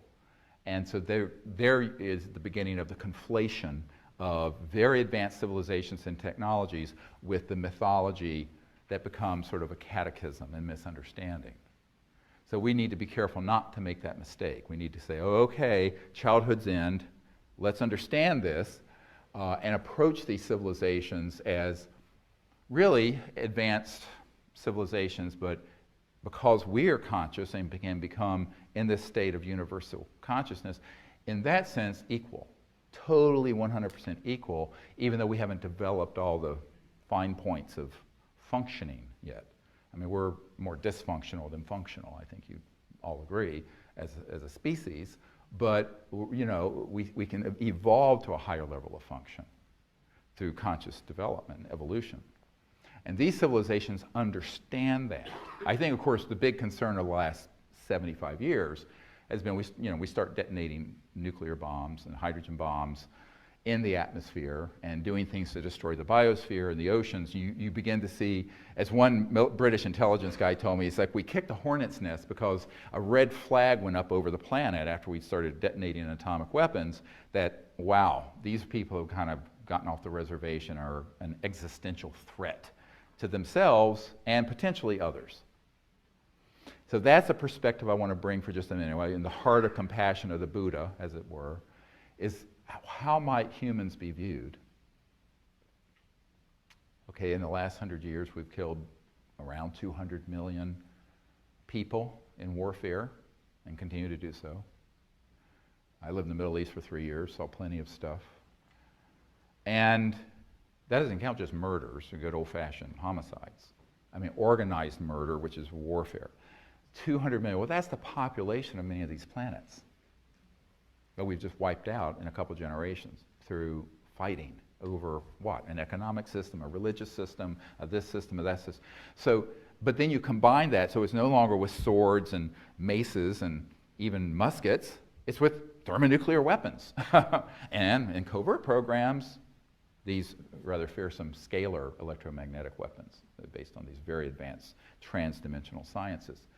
So I think that the civilizations are correct to have some deep concern, and I think they need also to have people scattered around the world, everywhere, who understand these issues and will go out calmly, but with a depth of understanding and a depth of experience, and attempt to make contact that's peaceful and mutually beneficial, which is the whole gist of the CE5 initiative, the Close Encounters of the Fifth Kind initiative. And a close encounter of the fifth kind is simply when humans say, I'm going to make contact as a diplomat and initiate it and allow it to continue, however way it flows. And it may be in this dimension, or it may be transdimensional, it may be in thought, it may be in part in this dimension and part in another. And sometimes it all comes together in one night and all those phenomena happen at once. We've been out under the stars where we've had objects that have done electronics, people who've had remote views in their mind where there are 5, 10 people see or hear the same thing. A craft then appears that everyone sees, et cetera, and so on and so forth. Now, because the whole gamish of sort of phenomenon. And then there'll be these beings that are moving around us that aren't physical, but that are shimmering, almost like a subtle hologram moving around the desert or moving around on the beach or wherever we are. Really amazing stuff. And what I found is that people have expectations that are based on, let's go to Starbucks and have, a croissant and a latte. No, there's other ways that they communicate. And a lot of it is because that's edifying, that's instructive. It opens up another dimension and aspect. And part of it is just practicality. If you're in what's called a hostile theater of operations, using military speak, which would be called Earth, that has space-based weapon systems that are all out there already, deployed since 1965. I know guys who designed them. That when these objects fully materialize, will target them with an electromagnetic scalar weapon that goes faster than the speed of light. Believe me, they're not going to, it's not the 50s and 60s anymore where they just would materialize and land everywhere. Now, they do sometimes, but it's risky. So we have to operate with that understanding also. So there's another understanding I want to bring to this that people do not like hearing, but I'm an emergency doctor. You come into my ER with a headache and I find a brain tumor, I'm not going to tell you got a migraine. I'm going to say you got a brain tumor. So here's the deal. We've developed systems that unfortunately are approaching parity transdimensionally with what some of these civilizations have in terms of technology, which means that we are a threat. And also means that, now, not that the intelligence community can't be everywhere at all places at all times, believe me. Unfortunately, when I'm around doing something like this, in all likelihood, it is monitored. But you guys, this is why my whole idea is to squeeze the tube of toothpaste and get it out. And then I become redundant, unnecessary. If I drop dead, doesn't matter. Because you guys can do it, and they cannot keep track of thousands, tens of thousands of people now who understand or attempting to do this.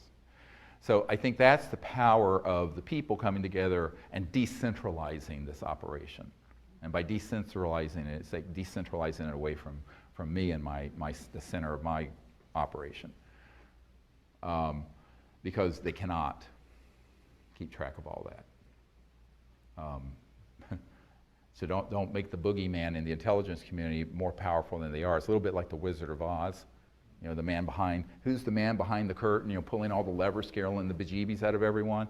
Now, I'm not saying they're a total paper tiger, but at the same time, they're not omniscient or omnipresent, which means that you guys can do this and have some amazing success with contact separate from me being around. You know, my purpose is just to teach and to let people understand how this happens and then go do it yourself. The medical model is see one, do one, teach one. You see it done once, if you're in med school, you see it done once, and then you do it, and the next time you're teaching someone to do it. Boom, boom, boom. So that's the model. And it works, because that's how it propagates. Knowledge propagates very quickly that way.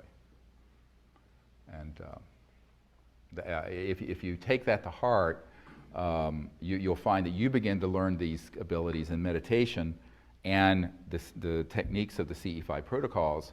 Go out and do some experiences, and then you have some learning curve, and then you begin to share it with other people. And it just takes off. And we have some great people around all over the world doing this. Like I said, every continent. So that's what I want to encourage people to do and empower you to do it. The other thing I want to share in this sort of introductory, these first couple hours, is the understanding of the mind and all the different ways that our experience can relate to ET manifestations. Now, there's something called, in the Vedic tradition, the siddhis, S-I-D-D-H-I-S. These are different abilities and powers that people can develop as they develop higher consciousness. Now, these run the gamut of almost everything you've heard about, some of which has been relegated to mythology, but is actually very real, such as levitation, dematerialization, materialization, changes in your body density to move through solid objects, precognition, we've talked about, teleportation, telepathy, materialization of objects, etc., and so on and so forth. Now, those are all things that actually humans can do.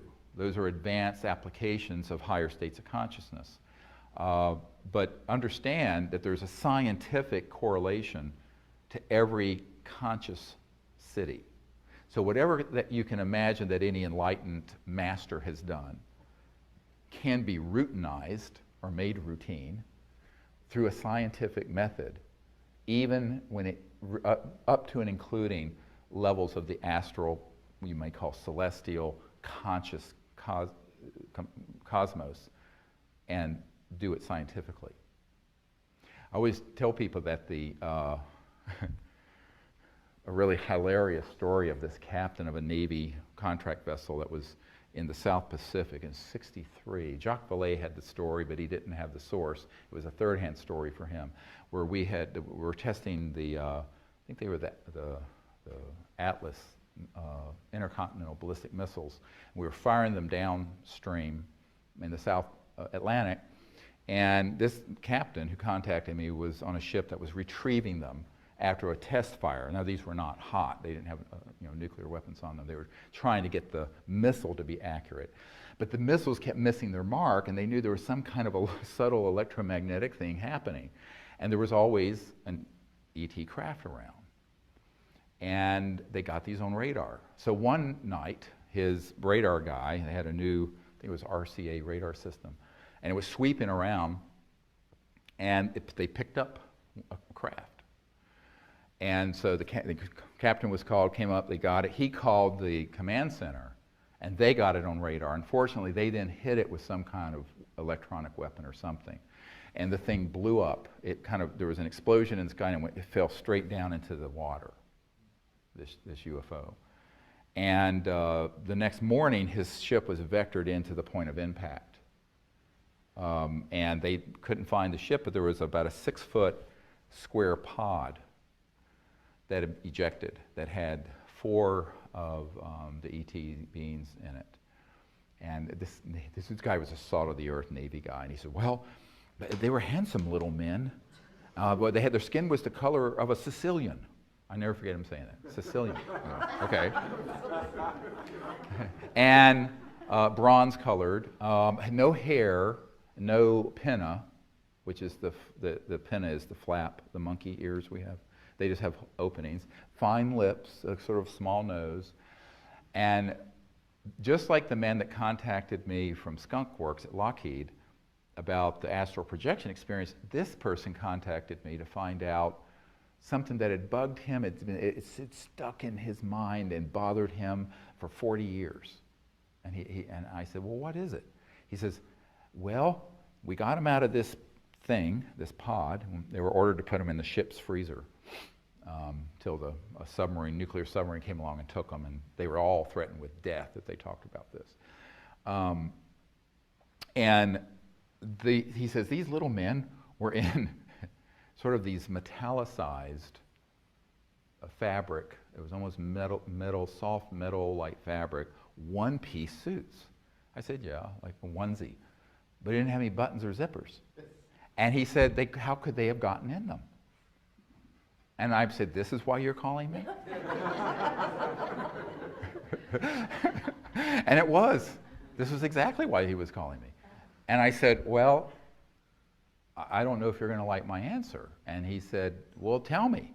I know those damn things, you could have to cut them off, but we couldn't even cut them.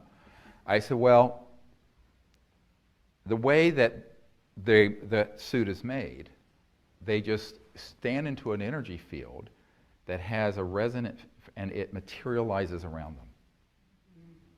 Like 3D printing, but like a 3D, zip. So there are no, and it comes off the same way. It dematerializes off and materializes on. But I said, did you notice anything about this thing that they were in, that was floating? He said, yeah, it had no pieces. I said the same thing. So I call this sort of a infra-ultrasonic manufacturing, where if you imagine going beyond the speed of light, speed of electrons, beyond the zero-point energy field, and creating sort of a architectural blueprint of a spacecraft that's in that dimension, like an astral, like your astral body, and have that resonate, and it comes into this dimension in toto. So it recruits the atoms, the molecules, the structures, not by digging them up and smelting them and banging them and doing rivets like we do on an airplane, but and that's, I call this extraterrestrial manufacturing 101 that I'm sharing with you. So that's why these spacecraft, the guys who I know who've gone to ones that have retrieved them, they're seamless. Now, if you see one that has rivets and seams and parts of it, that's Lockheed and Northrop's and Boeing's anti-gravity stuff. But these, the ET ones, are completely seamless, and the light coming from them is so amazing, it's so pure, you never quite forget it, because the light is coming from a source and materials that aren't manufacturable. You couldn't even manufacture something that pure in space. And there was a part of a craft that they got in Brazil, and I forget, it had magnesium and some other stuff in it, but the elements that were in it were so pure that even in the vacuum of space we could not manufacture it. And no one understood how they could be doing this. I said, because they're not going to some asteroid or planet and digging up stuff out of the earth and smelting it and melting it and then putting it together. They're creating a field, and it resonates and then comes in from that transdimensional virtual near astral, I call it, the near astral, and it then pops as a totality into 3D. Make sense? Which, if you study the literature of the craft that have been retrieved and even the clothing on these beings, they're consistently this same report. Now, why is that important? Because it means that when you're out under the stars and you see something, and if it seems it's too beautiful to be real, it looks like a jewel. We were once in Colorado, and there was an object, it looked like it was a crystalline jewel in the sky. And it was there for a number of minutes, and you couldn't even, it was painful, it was so beautiful. And then there was a fighter jet was vectored in, and the thing popped and began to go off, looked exactly like a 737. Everyone saw it. So, you know, but what's fascinating is the purity of the light and the quality of it. And then there's one more thing. These craft are imbued at the level of nanobiotechnology. You know what that is, nanobio? Where they're actually living and they're conscious. So the craft itself has the consciousness of the occupants, and often it's the chief pilot or the person who's actually directing it, which is usually, they will either touch it and think and they'll go. All right? But the craft itself is not just like a piece of machinery. It's actually living. And there have been more than one military guy I've interviewed who have been on retrieval missions when they get there and the craft has been injured. I call it injured because it's organic, and there'll be a crack and it'll be trying to heal. Like if you did a cut and did a time lapse of a healing of a wound on skin, it's doing this kind of thing, trying to fix itself. And so the craft themselves are nanobiotechnology at the level where they then can subsume or take on the awareness of the occupants. And that's how they operate. So many times people have an experience with a UFO, but they'll feel that the UFO itself was communicating or was conscious. I say, well, it is.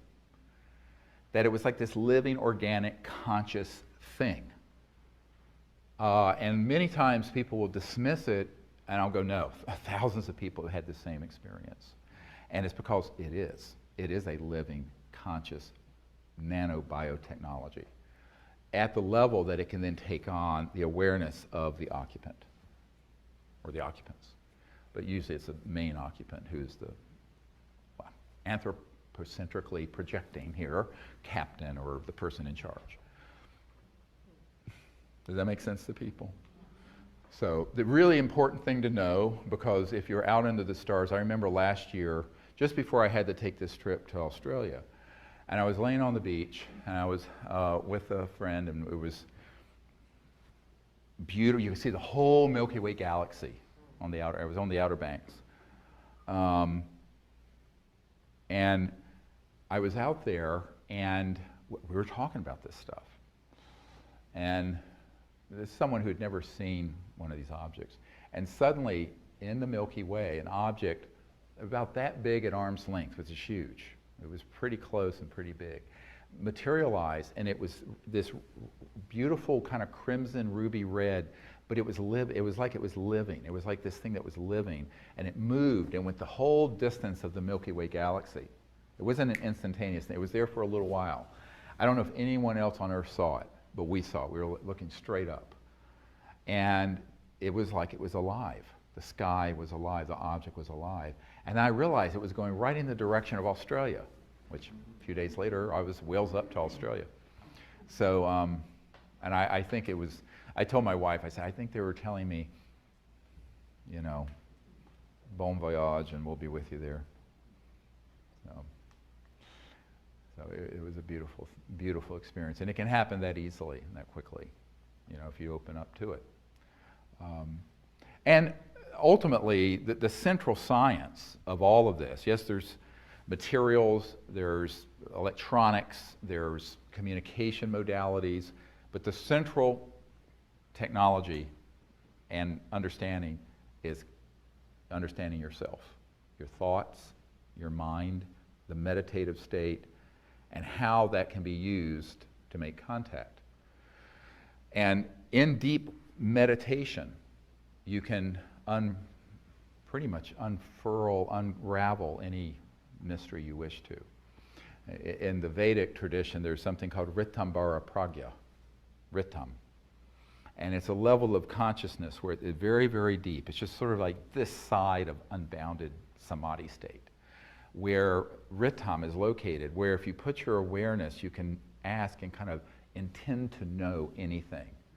Now, of course, I guess the Supreme Being knows all things at all times, But an individual can know this thing, that thing, this object, one at a time. Or maybe if you're really brilliant, 100 things at a time, or 1,000,000, but not everything. But I think that's the wellspring of intuition, and that resides within every single person. So it's like this conscious quantum hologram, where all of us are part of this conscious hologram, and every single one of us, even though unique, at the deep level of consciousness, we're plugged into that unbounded. And if we travel to that, that's where we become one. And if we begin to experience that deeply enough, we can begin to experience that even while we're walking around, driving down the road. In my experience in the ER, I used to have a lot of experiences where it would just be this intuitive flash, and I would know someone had a brain tumor, or I would know someone had something completely hidden with no symptomatology. And I would act on it. And the nurses call me a warlock, but they were awesome. In North Carolina, I said, well, these hillbilly nurses were great, but they would say, Dr. Greer's a warlock. And so we would have these experiences. At one time, a man came in, and this is why I encourage people to do this. I don't care if you're an airline pilot, a software engineer, a business executive, a bus driver, a doctor, whatever you are. If you learn these principles of consciousness and the cities that go with it, these abilities, it will be very valuable in your life. And there was this man that came in, and he was a 26-year-old guy with a couple kids, and he had the flu. It seemed like the flu was flu season. And then I looked at him, and I looked and I thought, God, he's got a big brain tumor. And he didn't have any symptoms of a neurological insult at all. And I turned to the nurse, and she was fat, bubbles, blood bubbles. She walked like this and had a bouffant. And I turned to Bubbles. I said, I need a CAT scan of the brain. And she said, well, doctor, she's only got the flu. I said, just do it. That was always my mantra, just do it. Thank God I didn't have to go through a bureaucracy, insurance company, or government. And they did just do it. So he did it. And the radiologist calls back an emergency callback. And radiologists usually don't, they don't bother. Well, this guy's got a astrocytoma that's like a pancake over his brain, and it's herniating his brainstem. Well, the brainstem going down through the foramen magnum gave him the fever, the chills, all his symptoms. But there were no focal neurological symptoms. And so he went to emergency neurosurgery. He lived. I used to see him periodically. He'd come in occasionally. But it was totally, I'd say, almost anyone who would, in fact, the neurosurgeon said, how did you even think to get a CAT scan? Because it just seemed like he had the flu. I said, well, I just had a hunch. I couldn't say to him that I actually remote viewed and sensed that there was this thing. But it's like, how golden retrievers have been trained to find melanomas and stuff. It's like humans, we have this ability, whether you're a scientist or a doctor or a pilot or whatever you are, and we've shut ourselves off from our birthright of being conscious, enlightened beings. And it's so easy to get back to that. You sit quietly, do nothing, do a meditative process, and confirm that you can do these things. And it'll just unfold. And it's not like every single day is like that, but it happens enough that life becomes wonderful, magical. And I would really encourage people to do that. And when you're doing this contact work with ETs, it means that you can do this under the stars with 3 or 4 or 5 people that you're close to. Remember what Dr. John found at Princeton. If someone is in a state of unified awareness and are bonded and they are intending with thought, it has an exponentially greater effect than one person by themselves. And so that's the power of a group of people doing this, so long as they're harmonious and not fighting like a bunch of wildcats.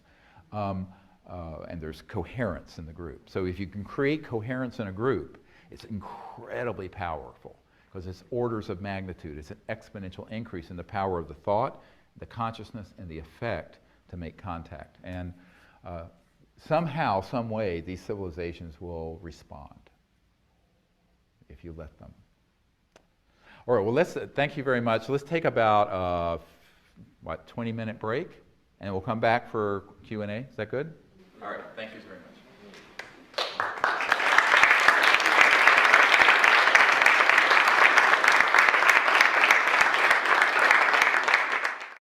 So when you were talking about the suppression of this knowledge, I guess my question to you is, do you subscribe to any kind of idea like Illuminati, curtailing this, and does any type of negative kind of ET presence fit into that model, where it's kind of been keeping it like a prison planet type of idea? Well, the question is in terms of the information being kept secret, is there some Illuminati type entity, or perhaps even ET presence keeping it secret? I doubt it in the way that it's the mythology, the internet mythology would say it is. I think it has more to do with the fact that there are, let's say, called cartels, interest groups that are also competing interest groups, human, not ET, that don't want certain aspects of this out. And there are points where they cooperate and there are points where they don't. Now there's something, the latest iteration of it, I've been told from some of my intelligence sources, is called SIG, S-I-G, which is the Senior Interagency Intelligence Group. And the SIG, which, from the old majesty and majestic entity from the Truman era, and some of the documents I have, it says MAJIC, M-A-J-I-C, classification. Those are, intelligence groups that operate out of normal chain of command. They work with people in different countries. And then they will usually have representation from different interest groups, such as religious, technological, financial, macroeconomic, et cetera, and so on. And so there's really a simplistic view that there's sort of like one group. It's the Bilderbergers, it's the Illuminati, it's the this. It was interesting because a few years ago I was at a meeting in San Francisco, and it was after the Disclosure Project was launched. And Henry Dakin, who the Dakin Toy Company, was hosting sort of a reception at his loft in San Francisco. And Judith Scutch was there, who was the original publisher of the Course in Miracles with Marianne Williamson, and very big supporter, and her husband was a colonel. And she was friends with this man who had just been up at the Bohemian Grove, with the whole Bohemian Grove, like 2,500 people. And this issue came up. And the issue of, it was a very wealthy European financier. And so this issue came up about disclosure, because they'd all been in the news. And they had someone there to get up on the stage and tell everyone that they were part of a very high governmental scientific entity that had looked into this, that none of it was true, that it was all just misinterpretations and swamp gas and Venus rising or whatever, the usual blather. And all those 2,500 people took it to heart and believed it because it was their peerage.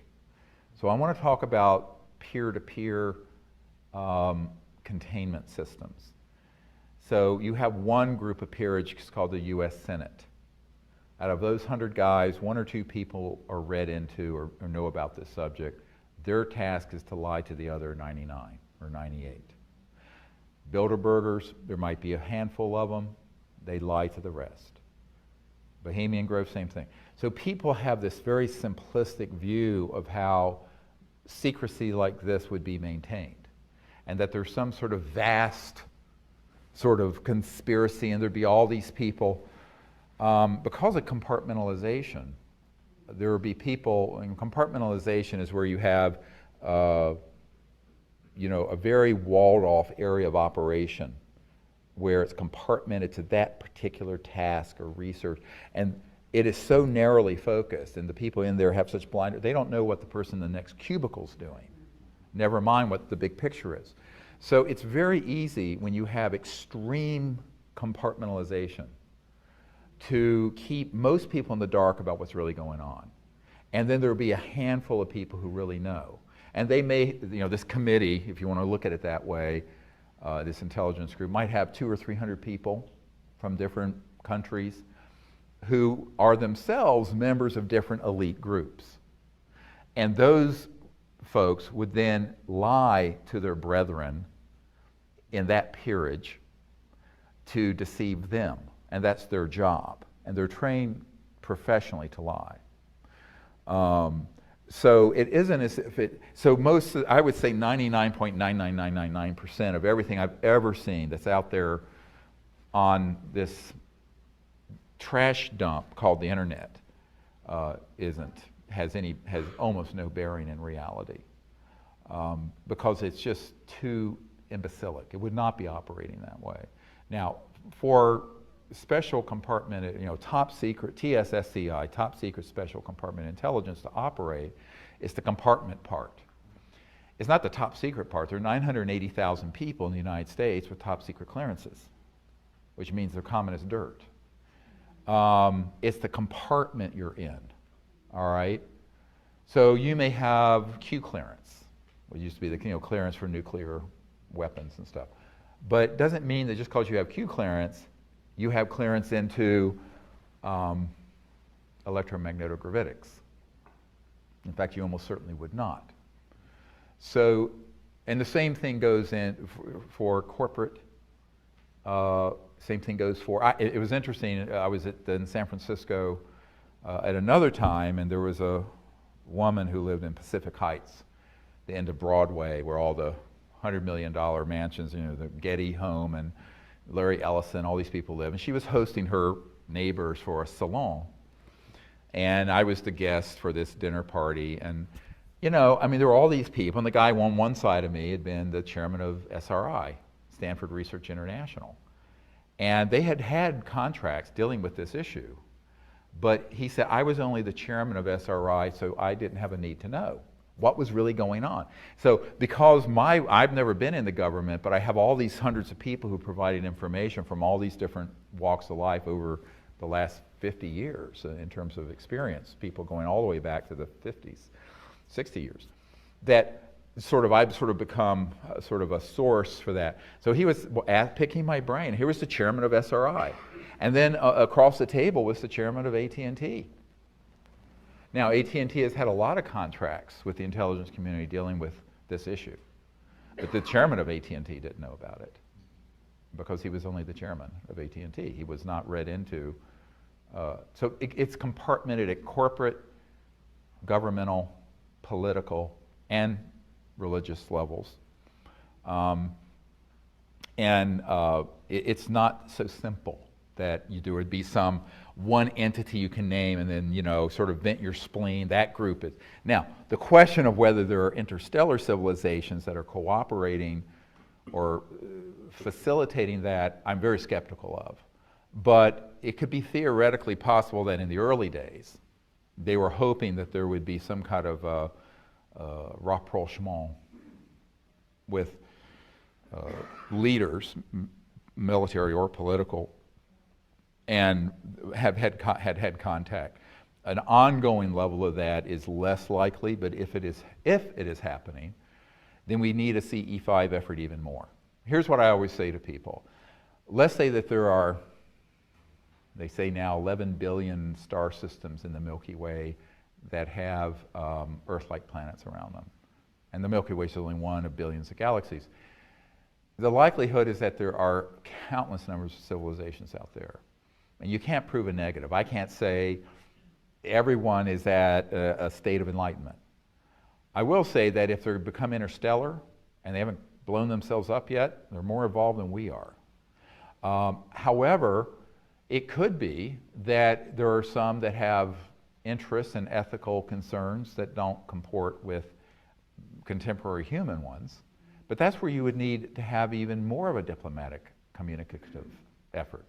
And the worst thing you can do is relegate that to people in covert military operations, because they're only looking at the universe with rose-colored military glasses on. And it's all about power and control. And so, it's sort of like when there used to be a U.S. senator from Virginia named John Warner, not the current Mark Warner, no relation. And he had been chairman of Armed Services and Intel, various things. And I knew he was involved with Majesty and Magic. And he had been one of the secretaries of the Navy way back, I believe, or undersecretary of the Navy. And one of his, a member of my team who had dated him for a while, went out at his place in Virginia, met with him, and brought this whole issue up. And he basically listened to her and said nothing, stone-faced. And where she left off the previous conversation to that exact word, he picked it up and continued, and just that issue was just sequestered out. He would not acknowledge it at all. And one of my military advisors had the same experience with Admiral Harry Train, who did the exact same thing when it was brought up, though, except he also said, he said, I am profoundly disinterested in discussing this issue with you, and dropped it. Okay, and that was the same admiral who was at Atlantic Command when we went to full code zebra because of these craft off the coast of eastern coast of the United States. So I think that, you know, they're very, very disciplined about that. And I've met with a number of these sort of characters. And yet you have other people like Senator Claiborne Pell, who the Pell Grants, anyone who was really poor like I was who got a Pell Grant to go to college. I was at a dinner party with him. In fact, my wife and I were there and, for Noetic Sciences Institute. And after the dinner party, we went out on the patio of this beautiful home in San Rafael near George Lucas's place, right next to Skywalker Ranch. And we were there, and Senator Pell and I were talking, and he just sort of epitomized noblesse oblige, and was this wonderful guy, very, very genuine, crossed the aisle, tried to do great things for the country, patrician, very great. And we were talking, and you know, and he turned to me, he says, well, Dr. Greer, would you come and brief my staff on this? And I said, well, sure, anytime you want me to. He says, because we've asked about this and no one's ever told us anything. And he'd been on every committee. And I was looking at him, and I looked up at the stars, and I looked at him, and I said, you know, you've been deprived of dealing with the ultimate foreign relations issue, and you're the chairman of the Foreign Relations Committee. And I pointed to the stars above my head, and he looked at me through those, you know, horn-rimmed glasses and blinked. He says, well, Dr. Greer, I'm afraid you might be right. I said, well, I am. And it was really a poignant, but really, in a sense, funny but sad moment. That here's this guy, you know, had been in Congress or the Senate since the 50s, then been denied any information on this, who would have been a great interstellar diplomat. And instead, the wise, the enlightened, the peace-loving people who should have been handling this got shoved to the side, relegated to the scrap heap of history. And the warmongers and the control freaks and the misanthropic money whores, I have a few other adjectives I'll leave off, kind of took it over, which is what happened, as Eisenhower famously said, beware the military-industrial complex. He was specifically talking about the fact he lost control over this and other issues in 1956 when Nelson Rockefeller, the Rockefeller Commission, Lawrence's brother, Nelson Rockefeller reorganized the Department of Defense and CIA under the Rockefeller Commission in 1956. So no president since 1956 has had, even if they've known about the issue, they have not had operational control over these projects. So it's been an unconstitutional, off the rails for the last almost 60 years. Other questions? Yes, ma'am.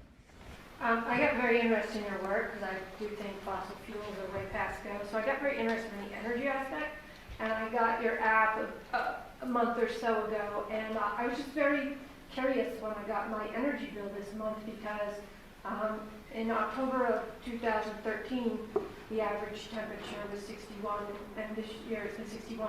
But my energy bill was $5 for my house, and that's about 15.5% less energy usage than it was the past October. And I just was kind of wondering, I mean, it's possible, but it doesn't seem so probable. So I was just curious if you had any thoughts about that, or that was just random. She's asking about an energy bill being different from one year to the next. I was using your app. I got your app. Right, after using the app. I've never heard this before. I guess it's theoretically possible. We've had all kinds of strange things happen. But that's not a likely event. It's probably a coincidence. Yeah.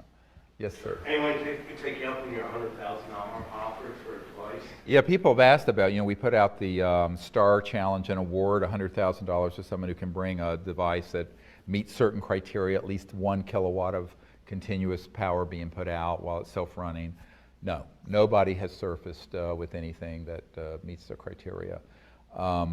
And there is still someone we're going back and forth with, but there's been a communication problem because English is not their native language. I'm not sure if the person has something legitimate or not, but the answer to date is that that's still not been claimed. I'd be thrilled if someone did claim it, but I do know that there have been some breakthroughs with Rossi, with his device in, I think it's in Italy, where he's done some excess heat generation from technology he has. And a scientist, a friend of mine who's a scientist, knows someone at the National Security Agency who had told them they have been watching that very carefully, indicating that it does have promise. Now, here's the problem with what Rossi's doing, is that it's a black box. People don't know how it's working.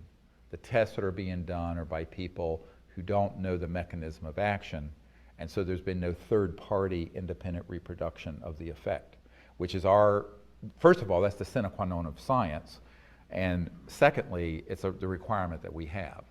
So he may in fact have something legitimate. I'm not saying he doesn't, but strategically, it's almost certainly going to fail, because unless it's open source and can be independently investigated and proven by multiple third parties and then recreated by multiple independent third parties, it's almost certainly never going to get out of the gate and survive the attempts to sequester it. Because sequestration of these technologies is very easy to do unless you allow it to go viral. He's interested in monetizing his research, which I understand. And normally you would do that, whether it's an app or a widget or intermittent windshield wiper circuit. A guy became a multimillionaire for inventing that. But unfortunately, the way the world actually works is that you cannot monetize it that way by keeping the technology secret. And if you do, it's going to disappear at some point, and probably you with it. But it's a very dangerous game, and also one that won't impress the scientific community, simply because if people don't have the ability to test what it's doing and independently confirm it, it won't be believed. Because the conventional wisdom is you cannot get more energy out than you put in, because the whole 0-point equations have all been tossed out of conventional physics and mechanical and electrical engineering. Therefore, the proof of the pudding's in the eating, and the more you put a black box around your technology, the more likely is it's going to be black shelved at some point, or disappear in the future. That was the problem Stan Meyer had. I mean, he had a legitimate technology, but he wanted to patent it, but he didn't want to put the real information in the patent. So he falsified the hertz, the voltages and the cycles per second of the circuitry in the patent, which of course rendered the patent useless. because it vitiates the patent. You made a claim in a patent, and if you can't recreate the device from what's in the patent is null and void. So he either had a very bad patent attorney, or he overrode the patent attorney's advice and did it secretly. And what it means is that everyone who's tried to reproduce Stan Meyer's technology from patent have just wasted their money. Now I know a couple of people who actually worked with Stan Meyer who knew what he actually did, but the point is that those guys, one was his twin brother who's scared to death because he's convinced Stan Meyer, who had this car running on water, was killed, and another one doesn't want to step forward for his career being damaged as an electronics engineer. So, but you know, when Stan Meyer died, for all effective purposes, that technology died with him. So that's why I tell people it's not a wise thing to do. If we don't learn from history, we're going to repeat it. And the other corollary to that is the definition of insanity is to do the same thing over and over, expecting a different result. So there's 100 years of history of these sort of technologies, and there's a certain number of ways. And a few months ago, about 6 months ago, I did a seminar on this issue and went through all the different ways this has happened. And so that's just the nature of the beast. So we need to change how we are approaching all this. Other questions? Yes, sir. I know that Maharishi University in Fairfield, Iowa, and the David Lynch Foundation put a lot into promoting TM with students and veterans and all kinds of people of all walks. Might they be interested in the CE5 protocols, do you think? Oh yeah, a lot of people in the meditation movements, TM and otherwise, are. And in fact, I've been invited out there. I've never had the time to go, but a lot of people who do meditation and study the physics behind mind, body, and also the science of consciousness fields are very interested in this.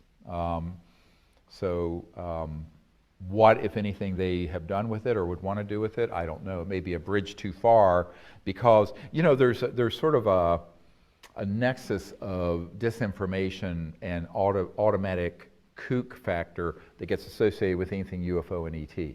And that's been done since the 1950s by the CIA, and it's been very effective. So a lot of people don't want to lose their respectability by touching the UFO issue. That's just true. I mean, it's a psychological warfare is the term used in the CIA document I have from 1953, where they specifically talked about the psychological warfare value of the subject, but also how it could be basically neutralized. And even up to the point of enlisting very renowned scientists on the payroll of the agency, Dr. Donald Menzel, who was this renowned astrophysicist at Harvard. I have a document where it names him, and it says it cannot be known that he's working with us on this because then it would lose all credibility. But he was the person who back in that era, 56, would stand up and debunk all this. And then there was a Professor Condon of the Condon Committee at the University of Colorado that was in charge of the Project Blue Book, the Condon Commission, to look into whether Project Blue Book at the Air Force should be continued or shut down. And so he was the chairman of the committee. It was called the Condon Committee, C-O-N-D-O-N. And Professor Condon worked with Dr. Robert Woods, who I mentioned is one of our disclosure witnesses from McDonnell Douglas. And when Dr. Woods kept bringing really hard data cases, Dr. Condon went to the head of McDonnell Douglas, old man McDonald himself, and tried to get Dr. Woods fired. I have all this on videotape, by the way. And eventually, and of course, Dr. Woods was just so shocked that this man who was supposed to be an independent professor looking into this was so biased. After I met with the CIA director in the 90s, I got a tranche of documents that named Dr. Condon as an asset of the CIA. And it's in black and white. So it's very, very well done from the point of, if you want to be Machiavellian and just twisted, but it is well done. And for the right amount of money or threats or inducements, they can get the cooperation of certain people who have sterling reputations and who can then ridicule or take the subject down. So the problem usually is that by the time I emerged on the scene in the 90s, the CIA already had a 40-year run on top of me of disinformation, ridiculing the subject, being sure that things were covered in the National Enquirer, catapulting to the forefront of the field charlatans and cranks and all kinds of misinformation and disinformation and lunatic conspiracy theories. And so the problem is, it's not like you're climbing Mount Everest not from base camp, but from 20,000 leagues under the sea up to the top of Mount Everest. And that's the problem with a lot of people who privately will express a great deal of interest and publicly would not want to be associated because of the social opprobrium and ridicule attached to the subject. Does that make sense? Yeah. Yes, ma'am. I was just curious, is there a particular ET civilization that's kind of identified themselves to your contact group? I was thinking in terms of like the Phoenix Lights. I know my understanding is that they've attributed that to the Yael civilization. So I was just curious if there was a particular civilization that's kind of communicated or identified themselves. She's asking if there's a particular ET civilization that's identified itself to our group. The answer is not one particular, but a number, and a number of different species. And our purpose of our group is interstellar diplomacy and bringing all of them together. See, so what we would want to avoid is a bilateral, unilateral, but bilateral or bipolar cosmos. And you want it to be multilateral. And you want it to be all civilizations, if they're capable of reaching this planet and in fact are here or near it or in our solar system or have that capability, we would want to have humans who are on a team who are interested in dialogue, peace, and what I call universal peace. I mean, world peace is like the treaty of, the League of Nations is way too late for just world peace. We have to go, unfortunately, straight to universal peace. Because it doesn't do any good if you have world peace, but the world is united against fighting one or more ET civilizations. That's not going forward. That's going to oblivion. So Hollywood notwithstanding, and the latest Tom Cruise movie notwithstanding, you really cannot enter this subject if you're serious about having a future at all without having a multilateral approach. And so we have had very specific contact experience with different types of species and what have you. But my view is that over the years, it's many different ones. Different appearances, heights, shapes, the whole bit. Even in some of the photographs we have. But the point I make to people is that doesn't really matter. That's the external appearance. It's the fact that they're all conscious, sentient, and that what we want to move to is a time of universal peace that involves all these civilizations. Because, you cannot go into, if we're going to leave the sort of the last era behind, the era of division and fighting and warfare, which has been the primary organizing principle of this planet for the last few thousand years, both financially and institutionally, has been war. Still is. It's still the biggest industry. It's trillions. If you're going to move past that, and certainly if you're going to move into space, you have to move into it with a new consciousness. As Einstein said, no problem's ever been solved by the consciousness that created it. And so the consciousness of us versus them and picking and choosing and this and that. So from the very beginning, what I found is that we were having experiences with very different types of civilizations and species. All shapes, sizes, everything. And it's really beautiful. And I think that's by design. The philosophy or the ethical underpinning of what we're doing is based on doing exactly that. So. Yes, sir. I'm curious, I pay close attention to the website and pay attention to the money raised for the project related to energy development. Right. And I've noticed it's sort of remained at $241K for a while. That's right. It's pretty much after the release, it kind of just stayed there. So, you talk a lot about some very high-level connections, both in the military and wealth-wise. as well, and I'm just curious as to what is the real obstacle from utilizing those to get to. I mean, we're talking about free energy. $6 million is really not that much money. I agree with you. Yeah, he's asking the question, with the numbers of people who have been interested and looked into these issues, why hasn't the amount been raised to create this sort of initial to your lab research project? And you know, you have to ask those people. I know them. I can tell you what they've told me. The people who are associated with governments and contracting, they don't want to touch it because they're afraid. There are some high net worth people I've approached, and I'll just give you one example. I can give you this example. You know, my wife knew the gory details of this, and so did my whole group. And this is somebody who lived in Virginia, not far from me, but whose family are industrialists, and they had about a $750 million a year income, and 5 private jets, and actually I'd used them some of these planes to go to some sensitive meetings.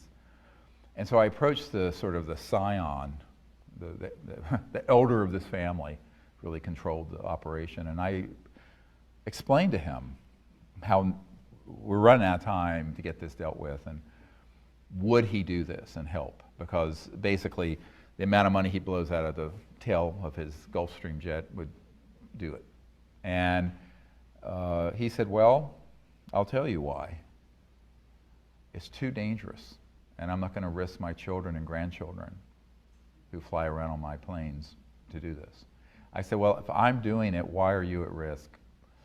And he told me a very interesting story that back in the late 1960s, he knew an executive with General Motors who was telling him about the zero-point type energy systems they had in some of the classified research at General Motors, and that he felt it was time for that to come out so that every car coming off the assembly line was basically an electric free energy car. It didn't have to be plugged in.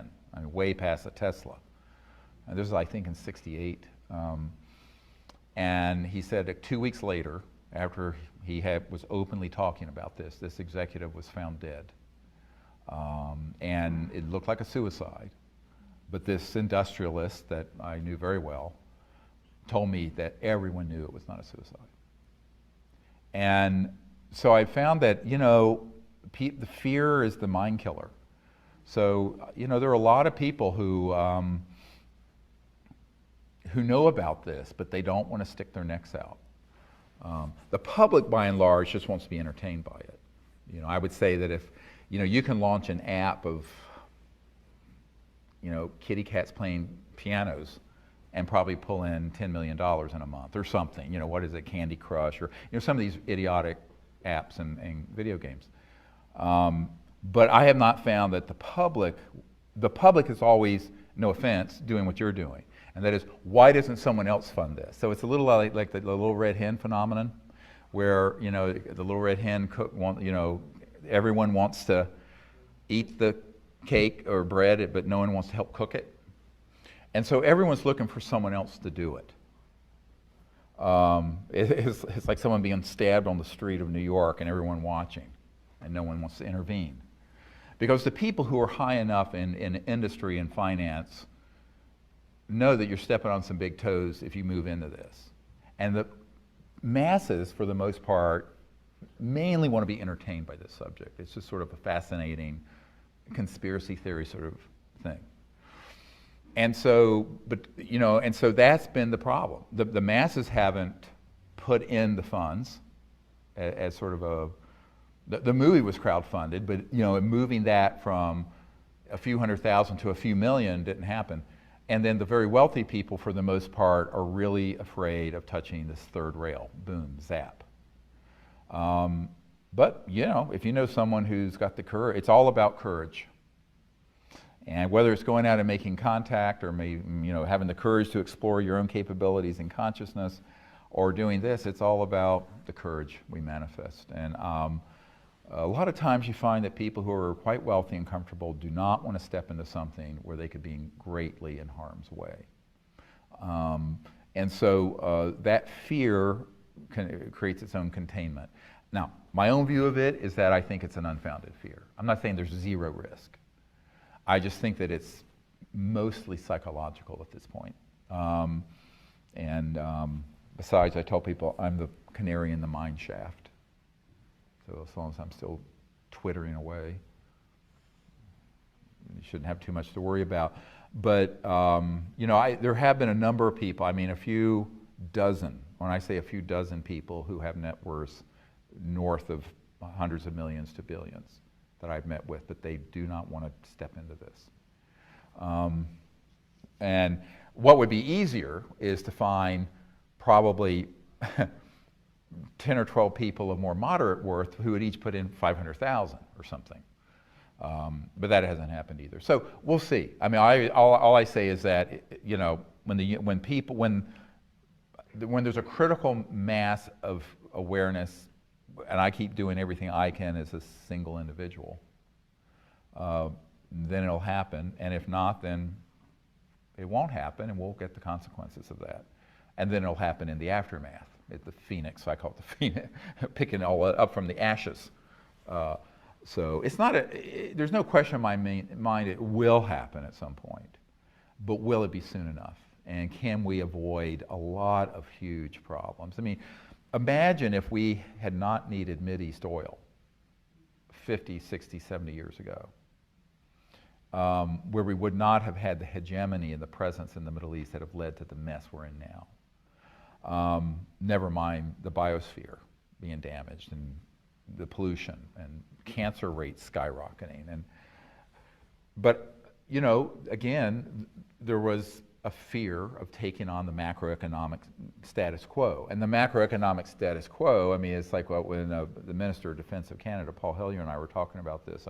I was at his home, and he says that he was a macroeconomic person to start with, and he said, basically, that's the big problem, is that this is not something that's just like creating another computer system, or it's bringing out a whole paradigm of science technology that would change the entire petrodollar system and the whole macroeconomic order, and with it, the commodities markets and hundreds of trillions of dollars of wealth that somebody owns that's sitting in the ground in the form of uranium and oil and coal and what have you, plus all the generating capacity that goes with it. So it's such a huge change that most people don't want to entertain doing it.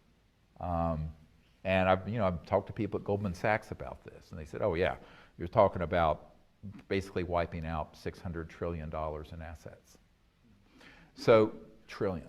So, and the whole US federal government, including Social Security and all the entitlements, is $3.5 trillion. So this is, the longer we put it off, the more the world is dependent on the old paradigm and the more it cannibalizes and destroys itself. However, and it becomes more and more difficult to do it. So it's kind of like putting off repairing a leak in your roof of your house. You can put it off, and eventually the damn thing's going to cave in on your head. But all I can do, I don't have the resources to do it, and is articulate what could be done, hope there's some people who gather around the vision, and we get it done in enough time. You have to understand, when I started this I guess I was in my mid-30s in 1990 when I started all this, and I thought, well, if I put the information together and provided it on a silver platter tied up in a bow to the right people, they do the right thing. Wrong. So I got disabused of that notion very quickly. But, so ultimately that's why we then said, well, disclosure of this information, the contact effort, I never viewed the government doing that initially. I always saw that as a citizen's diplomacy. But then also the technology, I realized, would have to be coming from we the people. So it's about organizing we the people. And so I tell everyone who's listening to this, share this information with the right people in your network, send them to our site, and through networking, maybe the right folks will line up who have the courage to step forward and make it a reality. Or somebody with one of these technologies who has one that's already operational will step forward and be willing to do something strategically sane. Because the strategically insane thing to do is to do what Stan Meyer did and Rossi is doing and almost every other inventor I know had done, which resulted in a catastrophe. So all I can do is encourage, and but I do think, it's all networking. It's like networking it out there. The way that we've reached the people we've reached is through networking. So that's really a key thing to do. Yes. Hey, Dr. Greer, stoked to be here. Good, glad you're here. So in 2012, there was said to be, a shift in the way we think, and for me, that was the case. Like consciousness, the word consciousness was in my head just constantly, and that led me down the path to finding work. So I was just wondering if you've noticed any increase in this kind of interest in UFOs, or if you think it's just the grand scheme of the universe. Your thoughts on that? Well, I don't know about 2012 per se, but it has in the last couple years gone up exponentially. All the interest in this.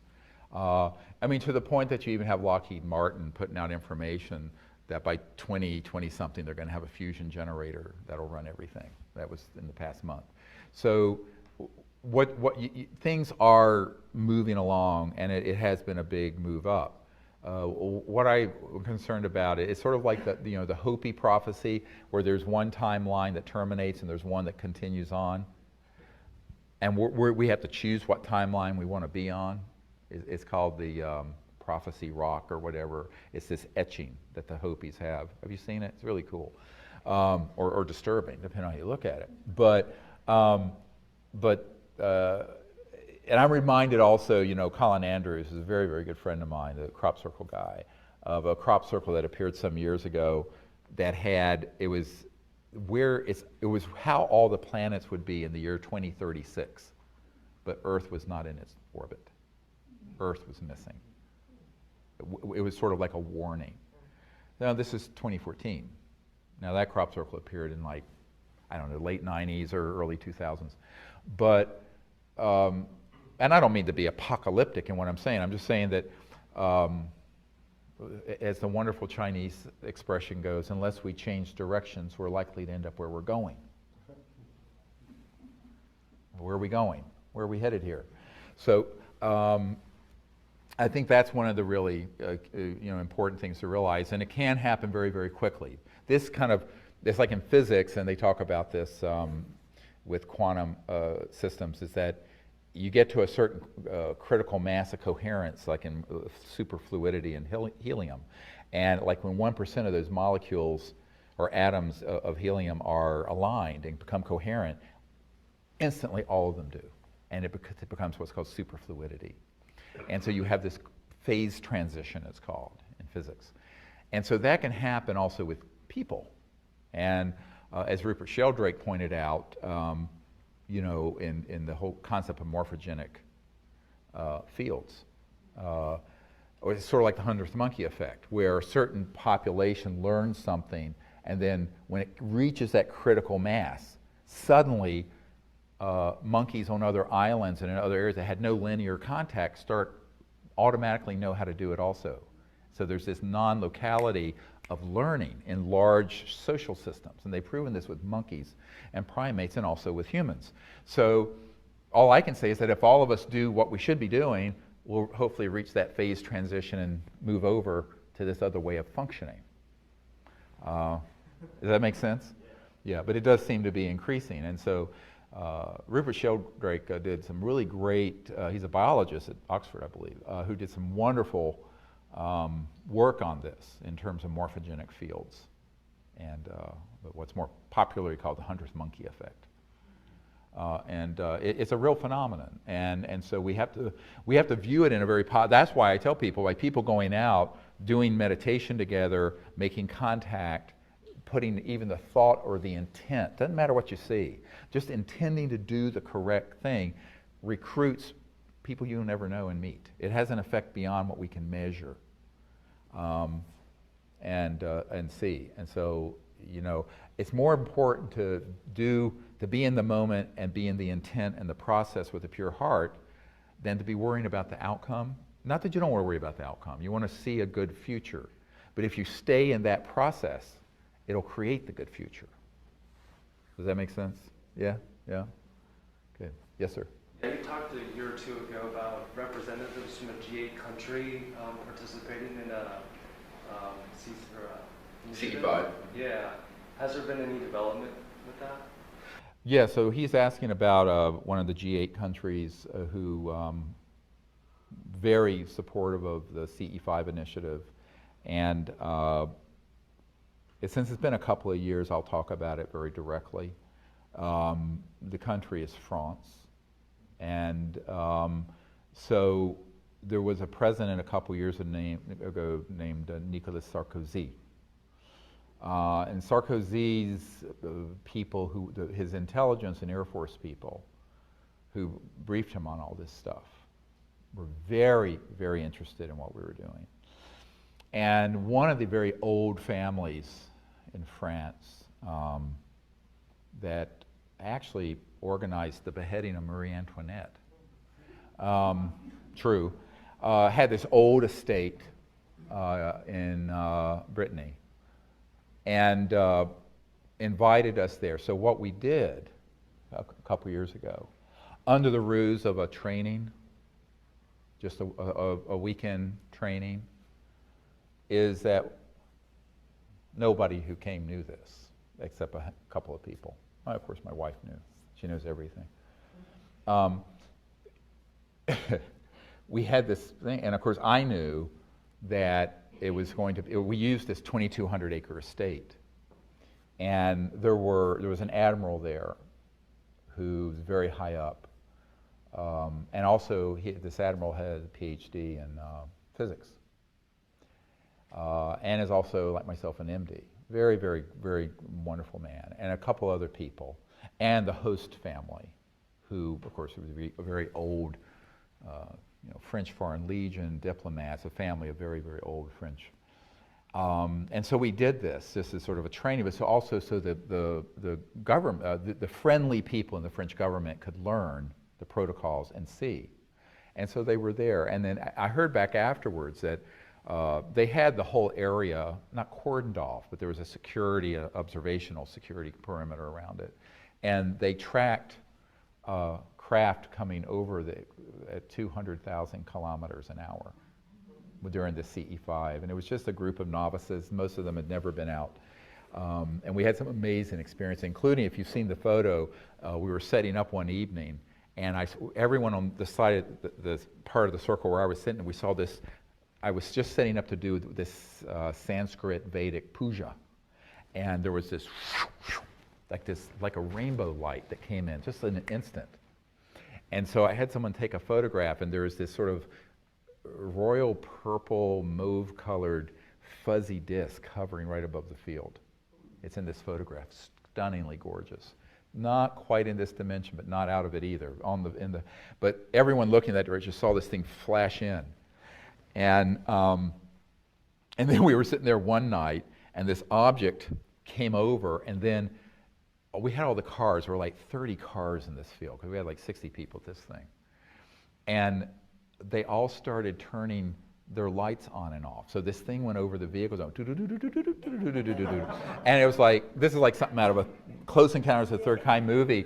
And of course, the admiral's going, holy shit, and and we're in deep meditation, and all of a sudden we hear this, right next to beyond where the cars were, this, it was almost like a metallic thing brushing up again, and there was a craft that was quasi-materialized in the corner of the field. And later I went out, and there were these little beings, there were about 5 of them. And you could hear, now the problem is, everyone got up, and it scared the hell out of them. So you heard them scampering off. And so they scampered off and then dematerialized in thin air. Sort of like that one that was in the crop circle a couple years ago, where they saw the feet, and the police saw this tall, luminous white being that was fully materialized, and the police got out and chased it, and the footprint, and then it just disappeared into the field in thin air. You know that case? Oh, I was right there when that happened. Yeah, it's near Silbury Hill. Anyway, these expeditions are awesome. You want to come on them, you should come. But the point is that, so they were very, very interested. Now, from there, in terms of bureaucracy, there, like in any government, there are people who are part of this magic or majesty group, majestic, has different acronyms. Now it's called SIG, Senior Interagency Group, Intelligence Group. Some were friendly, some were not friendly. And when you're talking about a government moving off the dime on this openly, it's very difficult. But again, it's an iterative learning process. And so the way I view it is that, see one, do one, teach one. You demonstrate it, and then hopefully, and I know that they're learning, and probably they're practicing it. Now, the ethical construct and the philosophical underpinning of it is that it has to be done within the context of universal peace. It cannot be done within the context of one national entity vaulting itself over another, et cetera.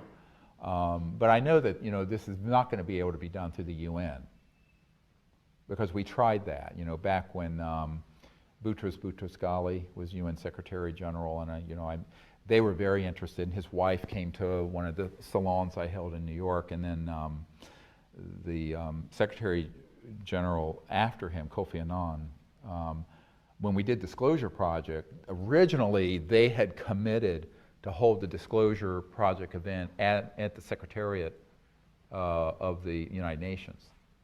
But some folks came in with an all-access pass and essentially threatened to pull funding out of the UN on behalf of a certain number of countries, and it would destroy the UN. And I was called directly by an ambassador who is attached to the UN Secretary General saying, we wish you well, we support what you're doing, but we cannot do it at the UN. And that's why it was held here at the National Press Club. I have not told that story much. So, you look over the last 10, 15 years, there have been a lot of initiatives from the starts and stops from various governments. And so, yeah, there's a lot of interest, but it's sort of like, that old saying, everyone wants to be first to be second. No, there's a hesitancy to stick your neck out too far on something very controversial, as I mentioned earlier, but also on something that has not just a social opprobrium, but where there's some very powerful people who are not afraid of using their power in retribution against an entity that would do it. And this is why I tell people the best, to me, the clearest path forward for contact, disclosure, and bringing these technologies out are the people, masses of people doing it. Large corporations, the very rich, governments, you don't want to be prejudicial against them, which is why I'm, like last year, I was happy to go to Australia and meet with all these folks. But you don't expect, you have limited expectations. You hope they do the right thing. But what I learned starting back in the Clinton years is that everyone wants to know about this stuff. Very few people want to do anything about it. So knowing about it and doing something about it are two totally separate things. And all we can do, I think each of us can do, is to provide the information, the knowledge, the vision, and let that gather amongst the populace and also with world leaders and other people and see where it goes. And I have a very, not detached, but a very realistic philosophy about that. And many people have said, well, when is disclosure going to happen? I said, well, we did it already. And people think I'm joking. I said, no, when we started this, only about a quarter or a third of the people thought this was real. Now it's 50-some%. Last year, the Marist poll said that 43% of Americans think that we're currently being visited by interstellar extraterrestrial beings. It's a huge number. So I said, in terms of the public, it's kind of there. In terms of officialdom and what I call the hidebound inborn elite, the sort of inbred elite of the world, that's a harder thing to get through. And no smart part because of both power politics, but also more easily. As this one Air Force witness told me, he says, the real way this has been kept secret is just sheer ridicule. The subject, you really don't have to do or say anything. It hides itself because people don't want to be laughed at. People don't want to be put down by their peers. People don't want to be lose esteem. amongst their colleagues and what have you. So talk about courage. The biggest courage it takes for someone who's interested in this is to speak the truth in a way that is appropriate. You can't bring everything out to someone who doesn't know anything about it, but that's why we put Disclosure Project, the book, and the videos together, so that anyone who's even at the level of the most basic linear understanding will say, boy, where there's smoke, there's fire, because here's a lot of information from people who with sterling credentials. And, and there is this sort of strange hypocrisy with the mainstream media, and that is, if you had 3 people who would go on record with the New York Times or Washington Post about a senior person at the White House having sex with someone, it'd be all over. I have 110 people on videotape and testimony with corroborating documents, with their DD-214s, which is their discharge papers from the military, with signed statements, witness oaths that they would testify under oath before Congress with the penalties of perjury, federal penalties of perjury, and it gets ignored by all the mainstream media. You talk about a double standard. So this is, of course, what we're up against, because the big mainstream media, again, not so much, now some of them are tied into, quote, the cabal, if you want to call it that keeps it secret, but most of them, it's like this, I have a family member who will remain nameless, who used to be the city editor of the Boston Globe. And when she found out I was getting involved with this stuff, she says, I don't care if you put a dead extraterrestrial body on my desk, we're not going to run this story. We're a blue chip paper. That belongs in the National Enquirer, and it would never appear in the Boston. I mean, it was just like that. This is a family member. So, and this was not, I assure you, it's not someone on the payroll of the CIA, like Donald Menzel was, or Professor Condon. So I think that we have to understand that it is a real educational process, and putting together the Disclosure Project information with top secret documents and military witnesses and generals and ministers of defense and people who have credentials and respectability, as it were, as pilots or people who are at Strategic Air Command, that's very important. And that body of information is sitting there for anyone to take virtually for free. I mean, we have 60 some of these people's testimony up on the site on YouTube now for free. So that is important that all of us just share that with folks. When you get to governments in these G8, it's very interesting. Before I went over there, I regret that this wasn't actually in the film Sirius. The director took it out, and I don't know why. But I have this beautiful letter. It's in French, from this admiral and the team who wrote about their commitment to make a long-term commitment for this journey with these visitors from other star systems. And amazing. And it's actually from the Ministry of Defense of France on their letterhead, signed. It is the most important government document in the history of the UFO subject, and there it sits in my vault. So, what I say to folks is that over the last, that was just a few years ago, that process continues, but it's usually very quiet. Why does SETI continue to be funded where you're clearly demonstrating like you can do all this with the protocol? Like, right. I mean, it's out there for people to just go and get the app and do it. Well, yeah, it doesn't matter what kind of evidence you put together or even signals we get or images. The subject, again, gets debunked. But the other thing about the SETI project, like Seth Shostak and these people, they are carrying water for someone. Because you're either stupid or you're corrupt.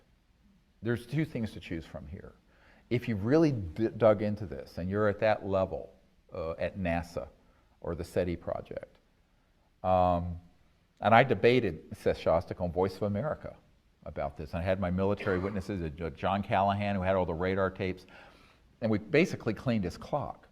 But at a certain point I said, you cannot look at all this dispositive evidence and proof and information and just dismiss it while you sit there and spend hundreds of millions of dollars saying you're listening from a signal from outer space, which, by the way, they've already received and been covered up. Now, I'm going to say something here because this is enough years after it happened. A few years ago, there was a show called Coast to Coast with Art Bell. And it was on the cover of Time magazine, and I was one of his favorite guests. And when I'd be on that show, it really lit things up at certain agencies. And one time I was on his show, and a few years back, towards the end of his career there, and this issue came up, and I said, well, you know, I have a source high up in SETI that confirms to me that they in fact have received interplanetary signals, but in a kind of phased, not normal array. It was kind of a pulsed array, and that it was kept secret and covered up. And the SETI people were furious. Subsequently, Seth Shostak got on the show and just said, well, Dr. Greer knew what he's talking about, and he probably talked to some volunteer computer operator, because we have all this network of volunteers. What Art Bell didn't know, and which Seth Shostak didn't know, and which I'm going to say now because it's enough water gone under the bridge, is that the guy who told me that was the founder of the SETI project and the Drake equation, Dr. Drake. He told me that they had that contact.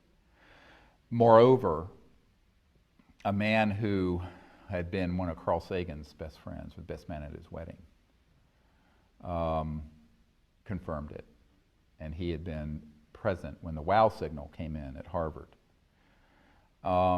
So, you know, it's very frustrating for me because, you know, these are people who, one of them was an astronomer who was actually at the Georgetown Westin Hotel in 1997 when we were doing briefings for Congress. But his presence there resulted in him being in contact, because he used to be the editor of Sky and Telescope magazine and Astronomy magazine, and had worked with Carl Sagan, all these people. And he said, he contacted my wife and me after that, and he says, you know, I've been told that if I don't back off of this, I will never have a working position again. And I got kids in college. So he, wonderful man, wished us all the best and left. So that's how it works. And, you know, I mean, I gave up my medical career. I mean, you know, people say, oh my God, you know, I say I gave up $500 and some thousand a year to be doing this for nada. But most people who are in a situation like that, who's an academic and what have you, unless they're independently wealthy, they really can't turn to the people who are hiring them as an editor or a professor and say, bug off.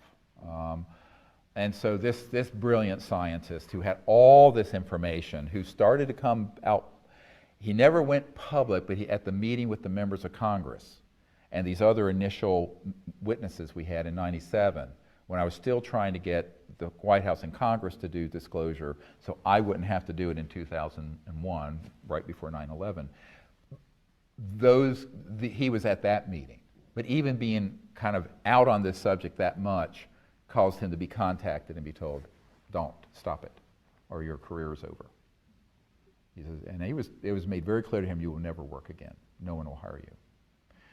So, you know, there are a lot of people like that. And so there is this, it's not so much some sort of Illuminati, it's this oppressive condemnation of the subject, along with abuse of power, you know. I mean, it's quite illegal for the CIA to be infiltrating an alleged independent Air Force investigation at the University of Colorado and put someone on their payroll to prejudice the jury and kill the report on this subject in 1969, whenever that happened, when the CIA is barred from having any domestic activities. I mean, this is illegal. Go read the law. And it's also, however, why I've told people this is why everything we're doing is legal. Very different from, say, Edward Snowden, who was disclosing information that the president knew about and certain members of the Senate Select Committee on Intelligence knew about and the House Intelligence Committee knew about. The stuff I'm disclosing are things that the president is being lied to.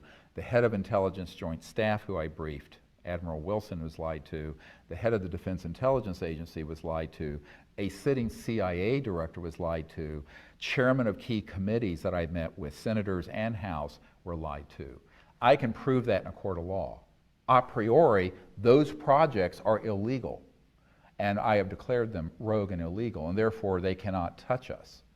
And that's the difference. Oh, I want to make this a very clear point. There's a big difference between disclosing something that's being kept secret, even if it's wrong. I'm not saying that what Snowden disclosed was right or wrong. He probably did a service in the long run.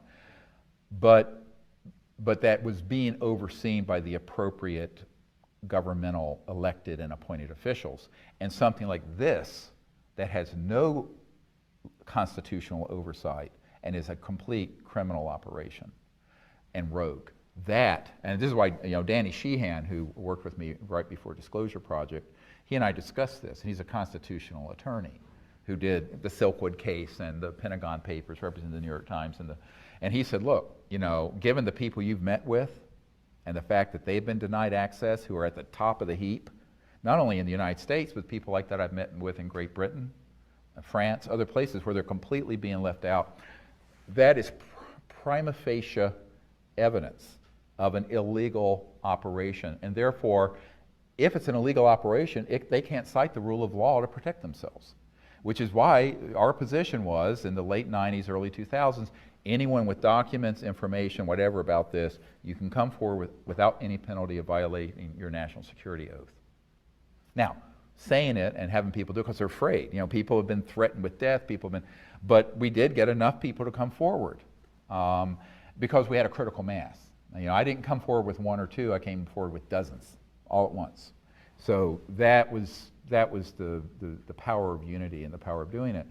We really need to have another wave of that happen from people who are currently in government, and not just retired people.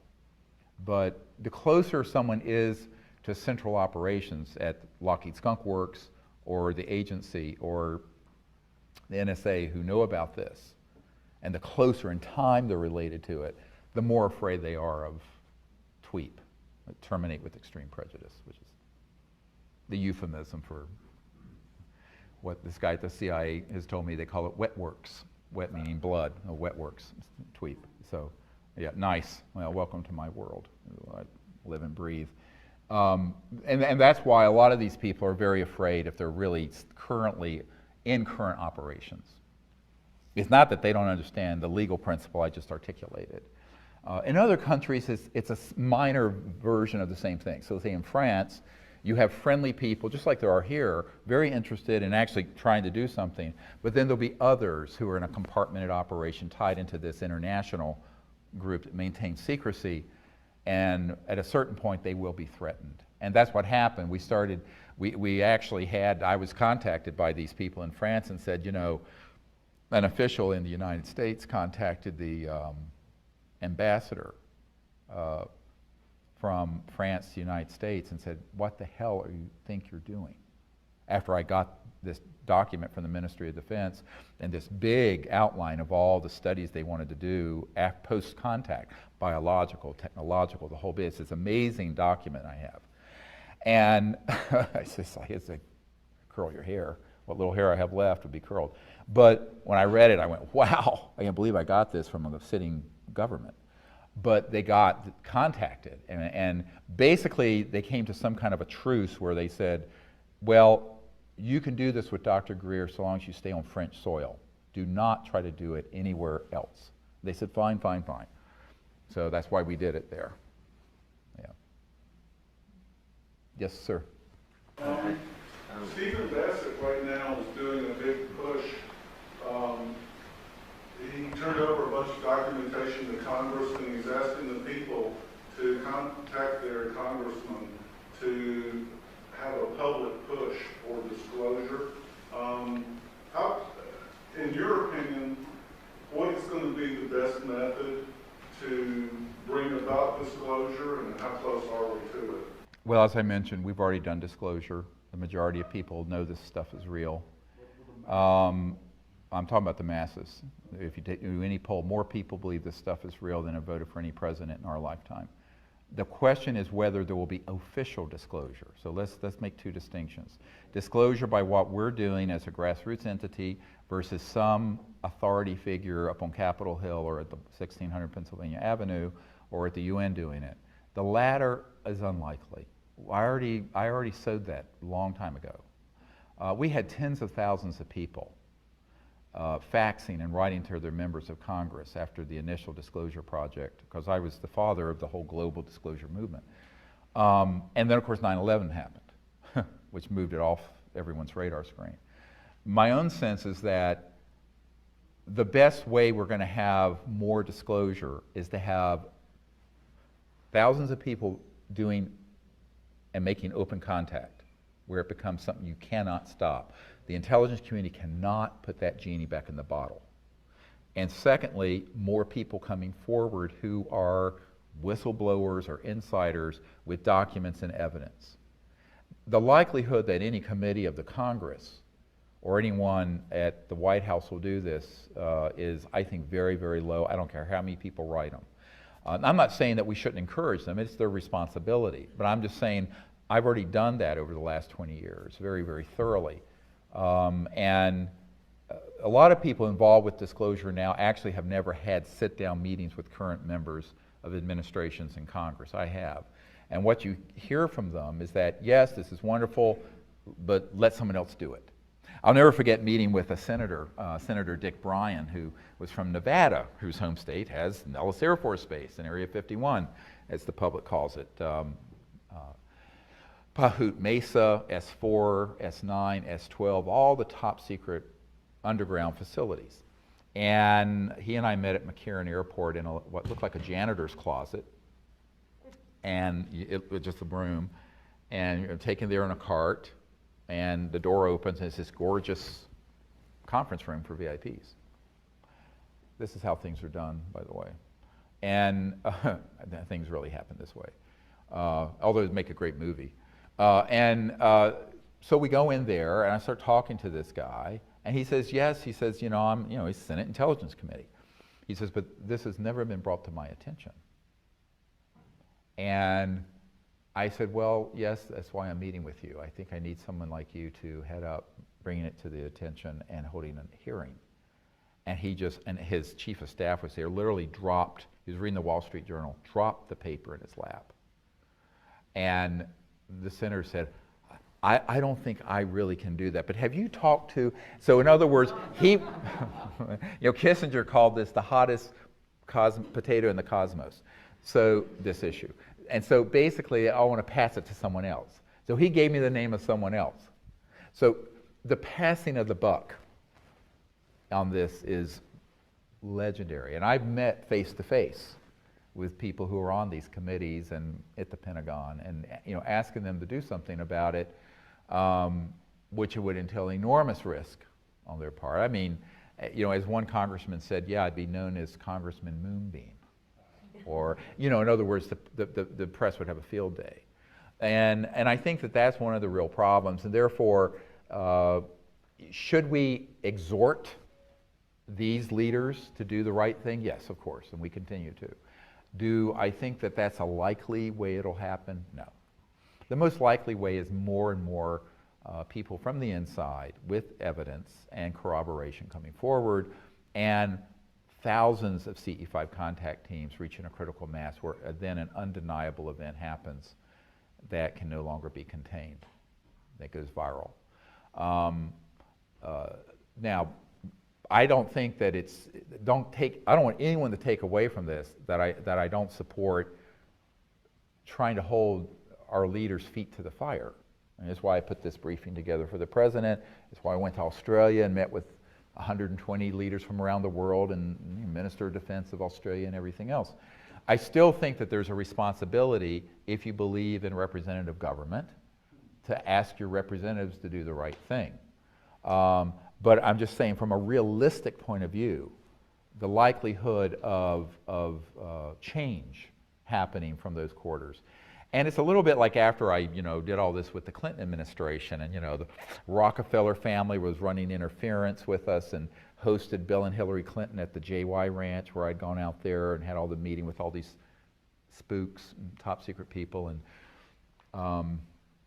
And then, you know, there was a man who worked very closely with the Clintons who then came to our house. This is when I was still working full-time as an emergency doctor in North Carolina, and he came down and had dinner with us at the table, and he said, well, you know, this was like a month or two after my wife and I had come up here to meet with the CIA director and his wife. And he said, you know, the president and the people around him are very supportive of what you're recommending. I said, oh, good. And, you know, we're having dinner around the table in this house, a big Tudor house, and the 4 kids, or little kids back then, around the table. And he says, but they really don't think the president can do anything about this because they're concerned he'll end up like Jack Kennedy. And I started laughing, because I thought he's sort of a big, fat, you know, operative for the Democratic Party who was sort of a jokester and very funny guy. I thought he was just making sort of, you know, a facetious, and he stopped me. He said, no, we're not kidding. And I said, well, Kevin, don't talk about this in front of the kids. Let's talk about this later. So we went to the library later and talked about it. He says, no, absolutely. They think that this could actually happen, that it would be too dangerous for the president. And I said, well, what do you want me to do about it? I'm just a country doctor here in North Carolina rattling around in an ER. And they said, well, they think you should do it. And my eyes roll back in my head. Are you kidding me with this? Now, then you imagine, I'm in my 30s. And so this is 1994. So, you know, 20 years ago, I was in my late 30s. And so I thought, well, I said, well, here's the real reason, is that it is risky, but you view the president as an expendable, but I am. He says, that's right, you're expendable. Very cynical, very Washington. Yeah, throw you under the bus, who cares? You know. So since then, I sort of accepted, well, I'm the throwaway guy. You know, my career, my life, none of that matters. Because, you know, in this city, you know, it's everyone's ambition. And, you know, at the Rockefeller Ranch, I know for a fact that when they were going through the briefing materials that we put together, which we've made available to the public, the disclosure book has most of that in it. But that basically, at that point, Hillary stood up and said, this is too dangerous and we really can't deal with this. So, and so what you find is that they are interested. Now, you know, years later, very, very close friends of the Clintons, who used to live in the private quarters of the White House, I was meeting at her home, and and she told me this hilarious story, that even though all the people around Bill Clinton, including his wife, did not want him to deal with this issue because of the risks involved, he kept the briefing document on the back of his toilet in the private quarters, but one day he brought it out and was sitting with this friend of the Clintons that I knew very well, and had it open. He was going through the document going, well, I know all this is true, but they won't tell me a thing, not a goddamn thing. Just like that. And when she told me this story, I just cracked up. I went, oh my God, I mean, you know. But, you know, that's, hey, everyone puts their pants on one leg at a time. And no one walks on water. I think it's, you know, it's understandable. And, but to answer your question, we continue to do what you're talking about, but at authentic levels. I don't want to say anything disparaging about anyone, but at authentic levels, because we have, you know, the access to those sort of folks. But where I think the action is grassroots. I think it's the action with disclosures with the people, more people coming forward who are whistleblowers. I think it's with CE5 teams reaching a critical mass, a morphogenic field around the planet that then brings this to the next level. And with the energy, the same thing. The technology is the same thing. And in a way, perhaps that's how it should be. If you look at human history, no big, really quantum leap or big leap forward in human history has ever come out of the centers of power. Ever.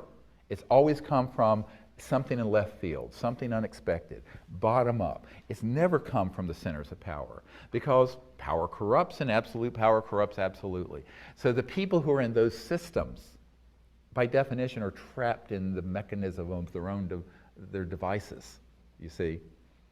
And so, in a sense, we're more liberated. I'll never forget in 1992, the former head of Army Intelligence pulled me aside at a meeting, and after we were in Florida, and we were doing the CE5 work, and there were 40 people on the beach, and that's when you've seen the video. The guy goes, "Holy damn hot shit," and there were 4 of these ET. Okay, you've all seen that. It was very bad camera, and we didn't have night scopes back then, but they were really quite close. You can't tell it from the camera. And that made its way over to the CIA and to this guy who had been the head of Army Intelligence, who was doing covert stuff as a private contractor. And he was a general. And one of their best friends, and there was an NSA guy there also, National Security Agency guy, and they were really concerned about what we were doing, very unhappy. Because he basically said, "You have no business doing this." I said, "Well, I'm going to do it anyway." That's how I am, you know. I'm nice until I'm not nice, and I'm probably going to run you over. But anyway, and I just said, "Look, you know, I'm not doing this as a civilian, and I haven't signed a security oath to anyone but my conscience and God and the humanity. So buzz off, none of your business." But what was interesting, one of their friends who was at this conference pulled me aside later. And I want you to think about this and take it into your own soul. And said, "You know, they act like they're angry at you, but they're actually really jealous." And I said, "What do you mean jealous?" And is the head of Army Intelligence, this is NSA. They said, "Yes," but she said, this was a countess from a member of royal family. And she said, "You're free to do anything you want. And you can do these wonderful things." They are not free. They are in a system where they know that they are on a leash, and they are controlled, and they are in a black box. And they really are jealous of you. So don't give this kind of power more than you should to these entities. You guys, all of us, have such freedom because we're not part of that corrupt system. That's the power we have, because we're not part of a corrupt system, either economically or politically or institutionally, that restrains what we want to do, which is make contact, disclose the information, bring out these technologies. So we have this freedom to operate that people who are in the system at the Pentagon and the agency and the White House and Congress really find they don't have. So it's a beautiful thought that, you know, thank God I've been offered to be pulled into that system and turned it down. Because I will not sign a security oath, by the way. All these meetings I've had, CIA director, head of the Defense Intelligence Agency, members of the Senate, head of intelligence, joint staff, J2, they've all been without me signing anything regarding secrecy. And if someone says, "We want you to," I will not go. I said, "No, I'm head of the disclosure project." Get it? Yes, ma'am. Greetings from Asheville. Oh, wonderful. That's where all this started. Right. Asheville, North Carolina. That's awesome. Right. Greetings from Asheville. I hope your wife is well. She is, yes. I want to say thank you to everyone who's prayed. You know, Emily had stage 4 cancer 4 or 5 months ago. I thought she was a goner, and she's completely cured. Yeah.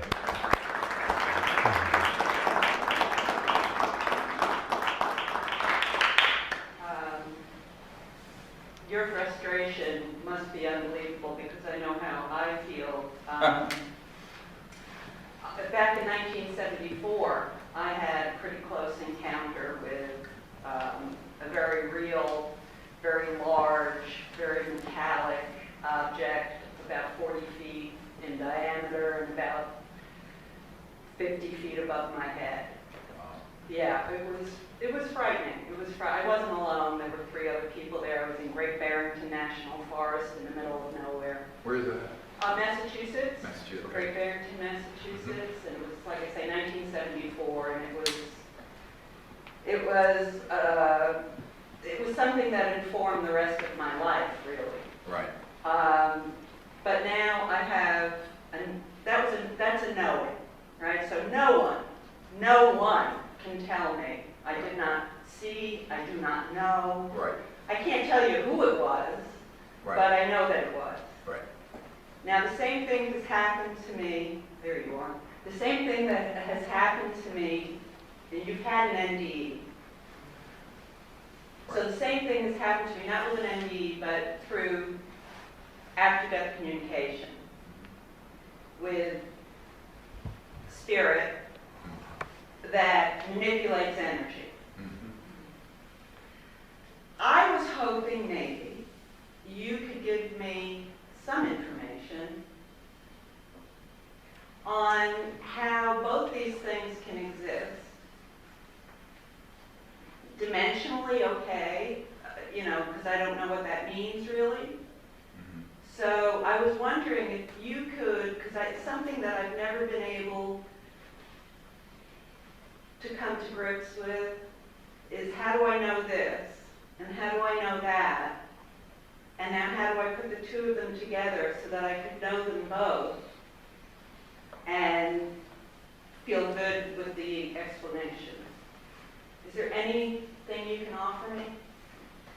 Well, it's all very abstract without having more detail. What she's asking is that she had an experience with a fully materialized craft and subsequently has had experiences, sounds like in consciousness, with someone who's in the next world, as it were.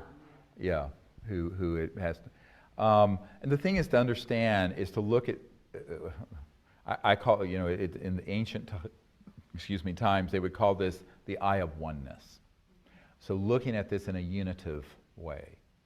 So there really is no distance between these dimensions, say the afterlife and the astral, except what our minds construct. Because your conscious mind is omnipresent. So your conscious mind can experience something from an ancestor or a relative who's in their astral body of light, whatever, in the next world, or a spirit being, an ancient spirit being, or an angelic being. I know these all exist. Or an extraterrestrial spacecraft in this dimension, or that has resonated to where it's moved into astral, very close to what you would call the spirit world.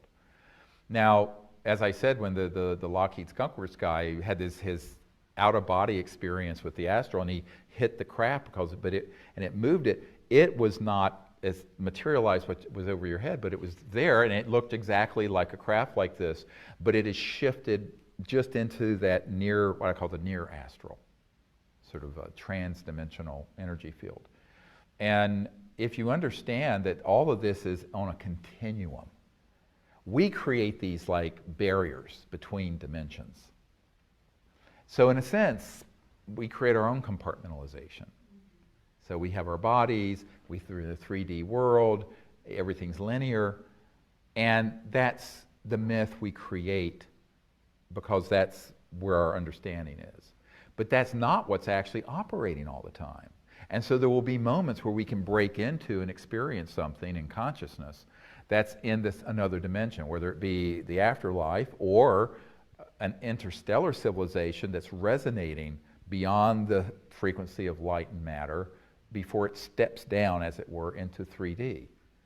But all of it is on a continuum. And the only thing that separates our understanding it, or making it look like it's a us versus them, or not an us versus them, a yin and yang thing, is the lens we look at it through. So what we have to do is adjust our paradigm to understand that the whole that it not only can, but does, and it does at all times. And from a higher level of consciousness, and perhaps from a higher level of civilization where you become interstellar, this understanding would be very, very normal and natural, okay? From our level, at this stage of our evolution as a society and also as individuals, it seems very strange. But I think it will become less strange as it becomes more everyday. If you'll humor me, one more question that I have, because I was debating which to ask you. So, Yes. And maybe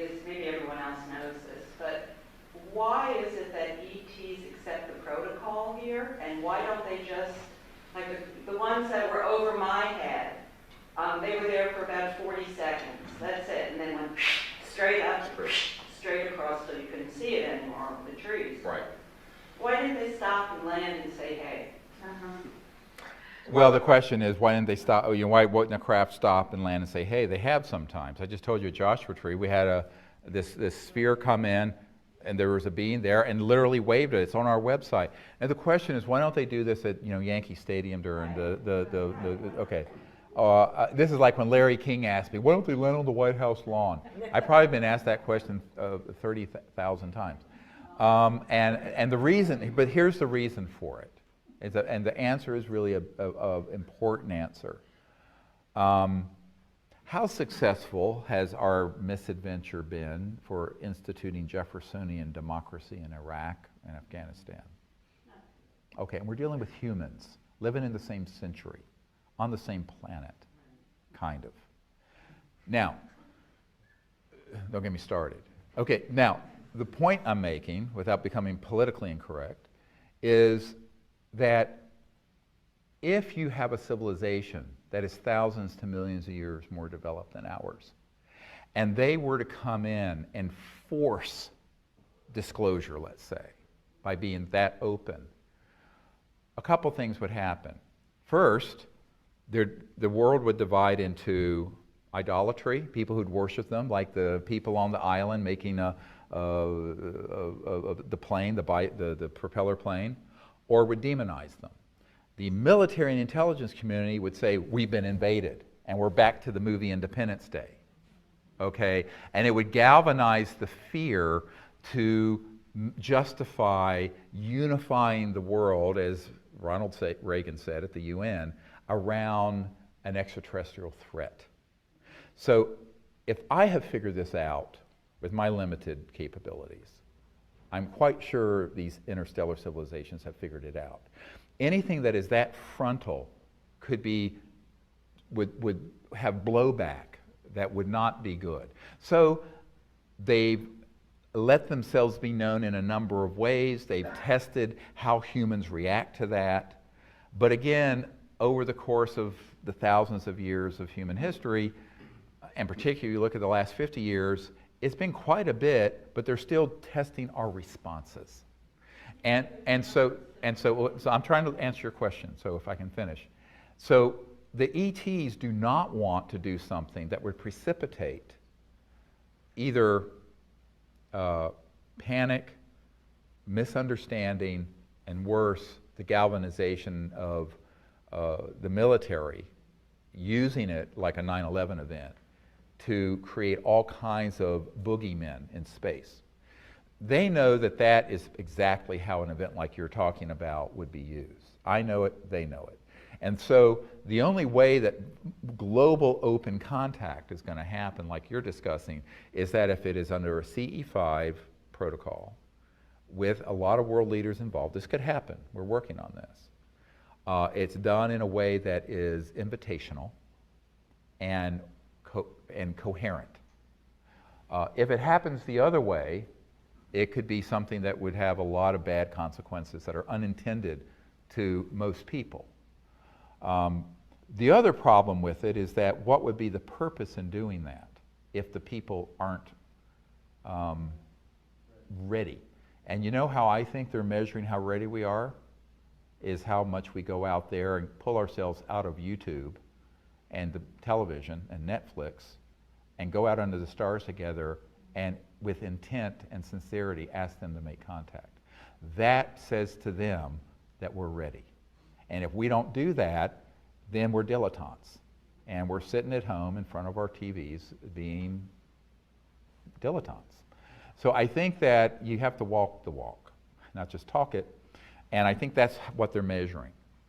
And there's many people have said, well, you know, certainly they would have cures for cancer and AIDS and could do all. I said, yes, of course, but our covert programs have all these things already also.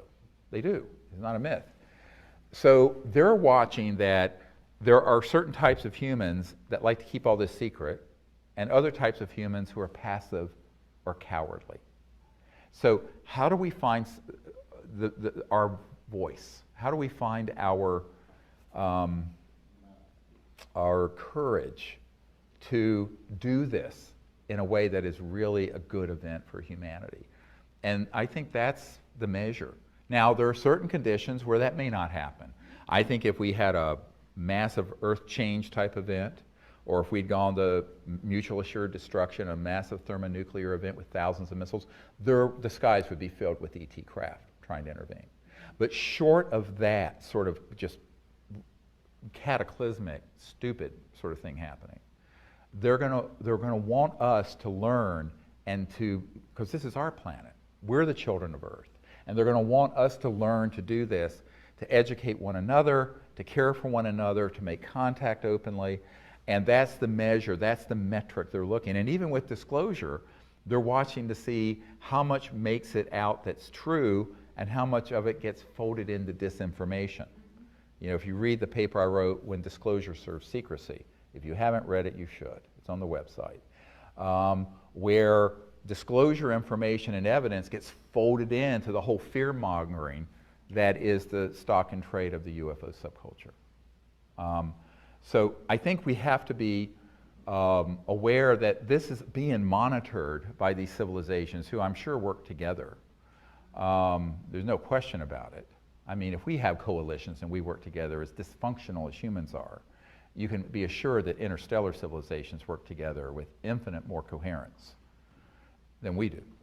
That this is being measured and observed, and there are certain metrics that I think they're looking at. How mass society, media, and political establishments react, how military reacts, how the public reacts, but also what are the people doing. And you know, having been in the kind of the center of this for 25 years now, 2015 will be the 25th year since I founded all this. What I feel over and over again is that the real action is with each individual person and then coming together and making this wave happen. And I think that for that reason, a forced disclosure by the ETs or an event happening from on high on Capitol Hill or the president, those are the two least likely ways. And this other path just involves more effort and work, but that's part of the lesson. You know, Earth is a schoolhouse floating through space.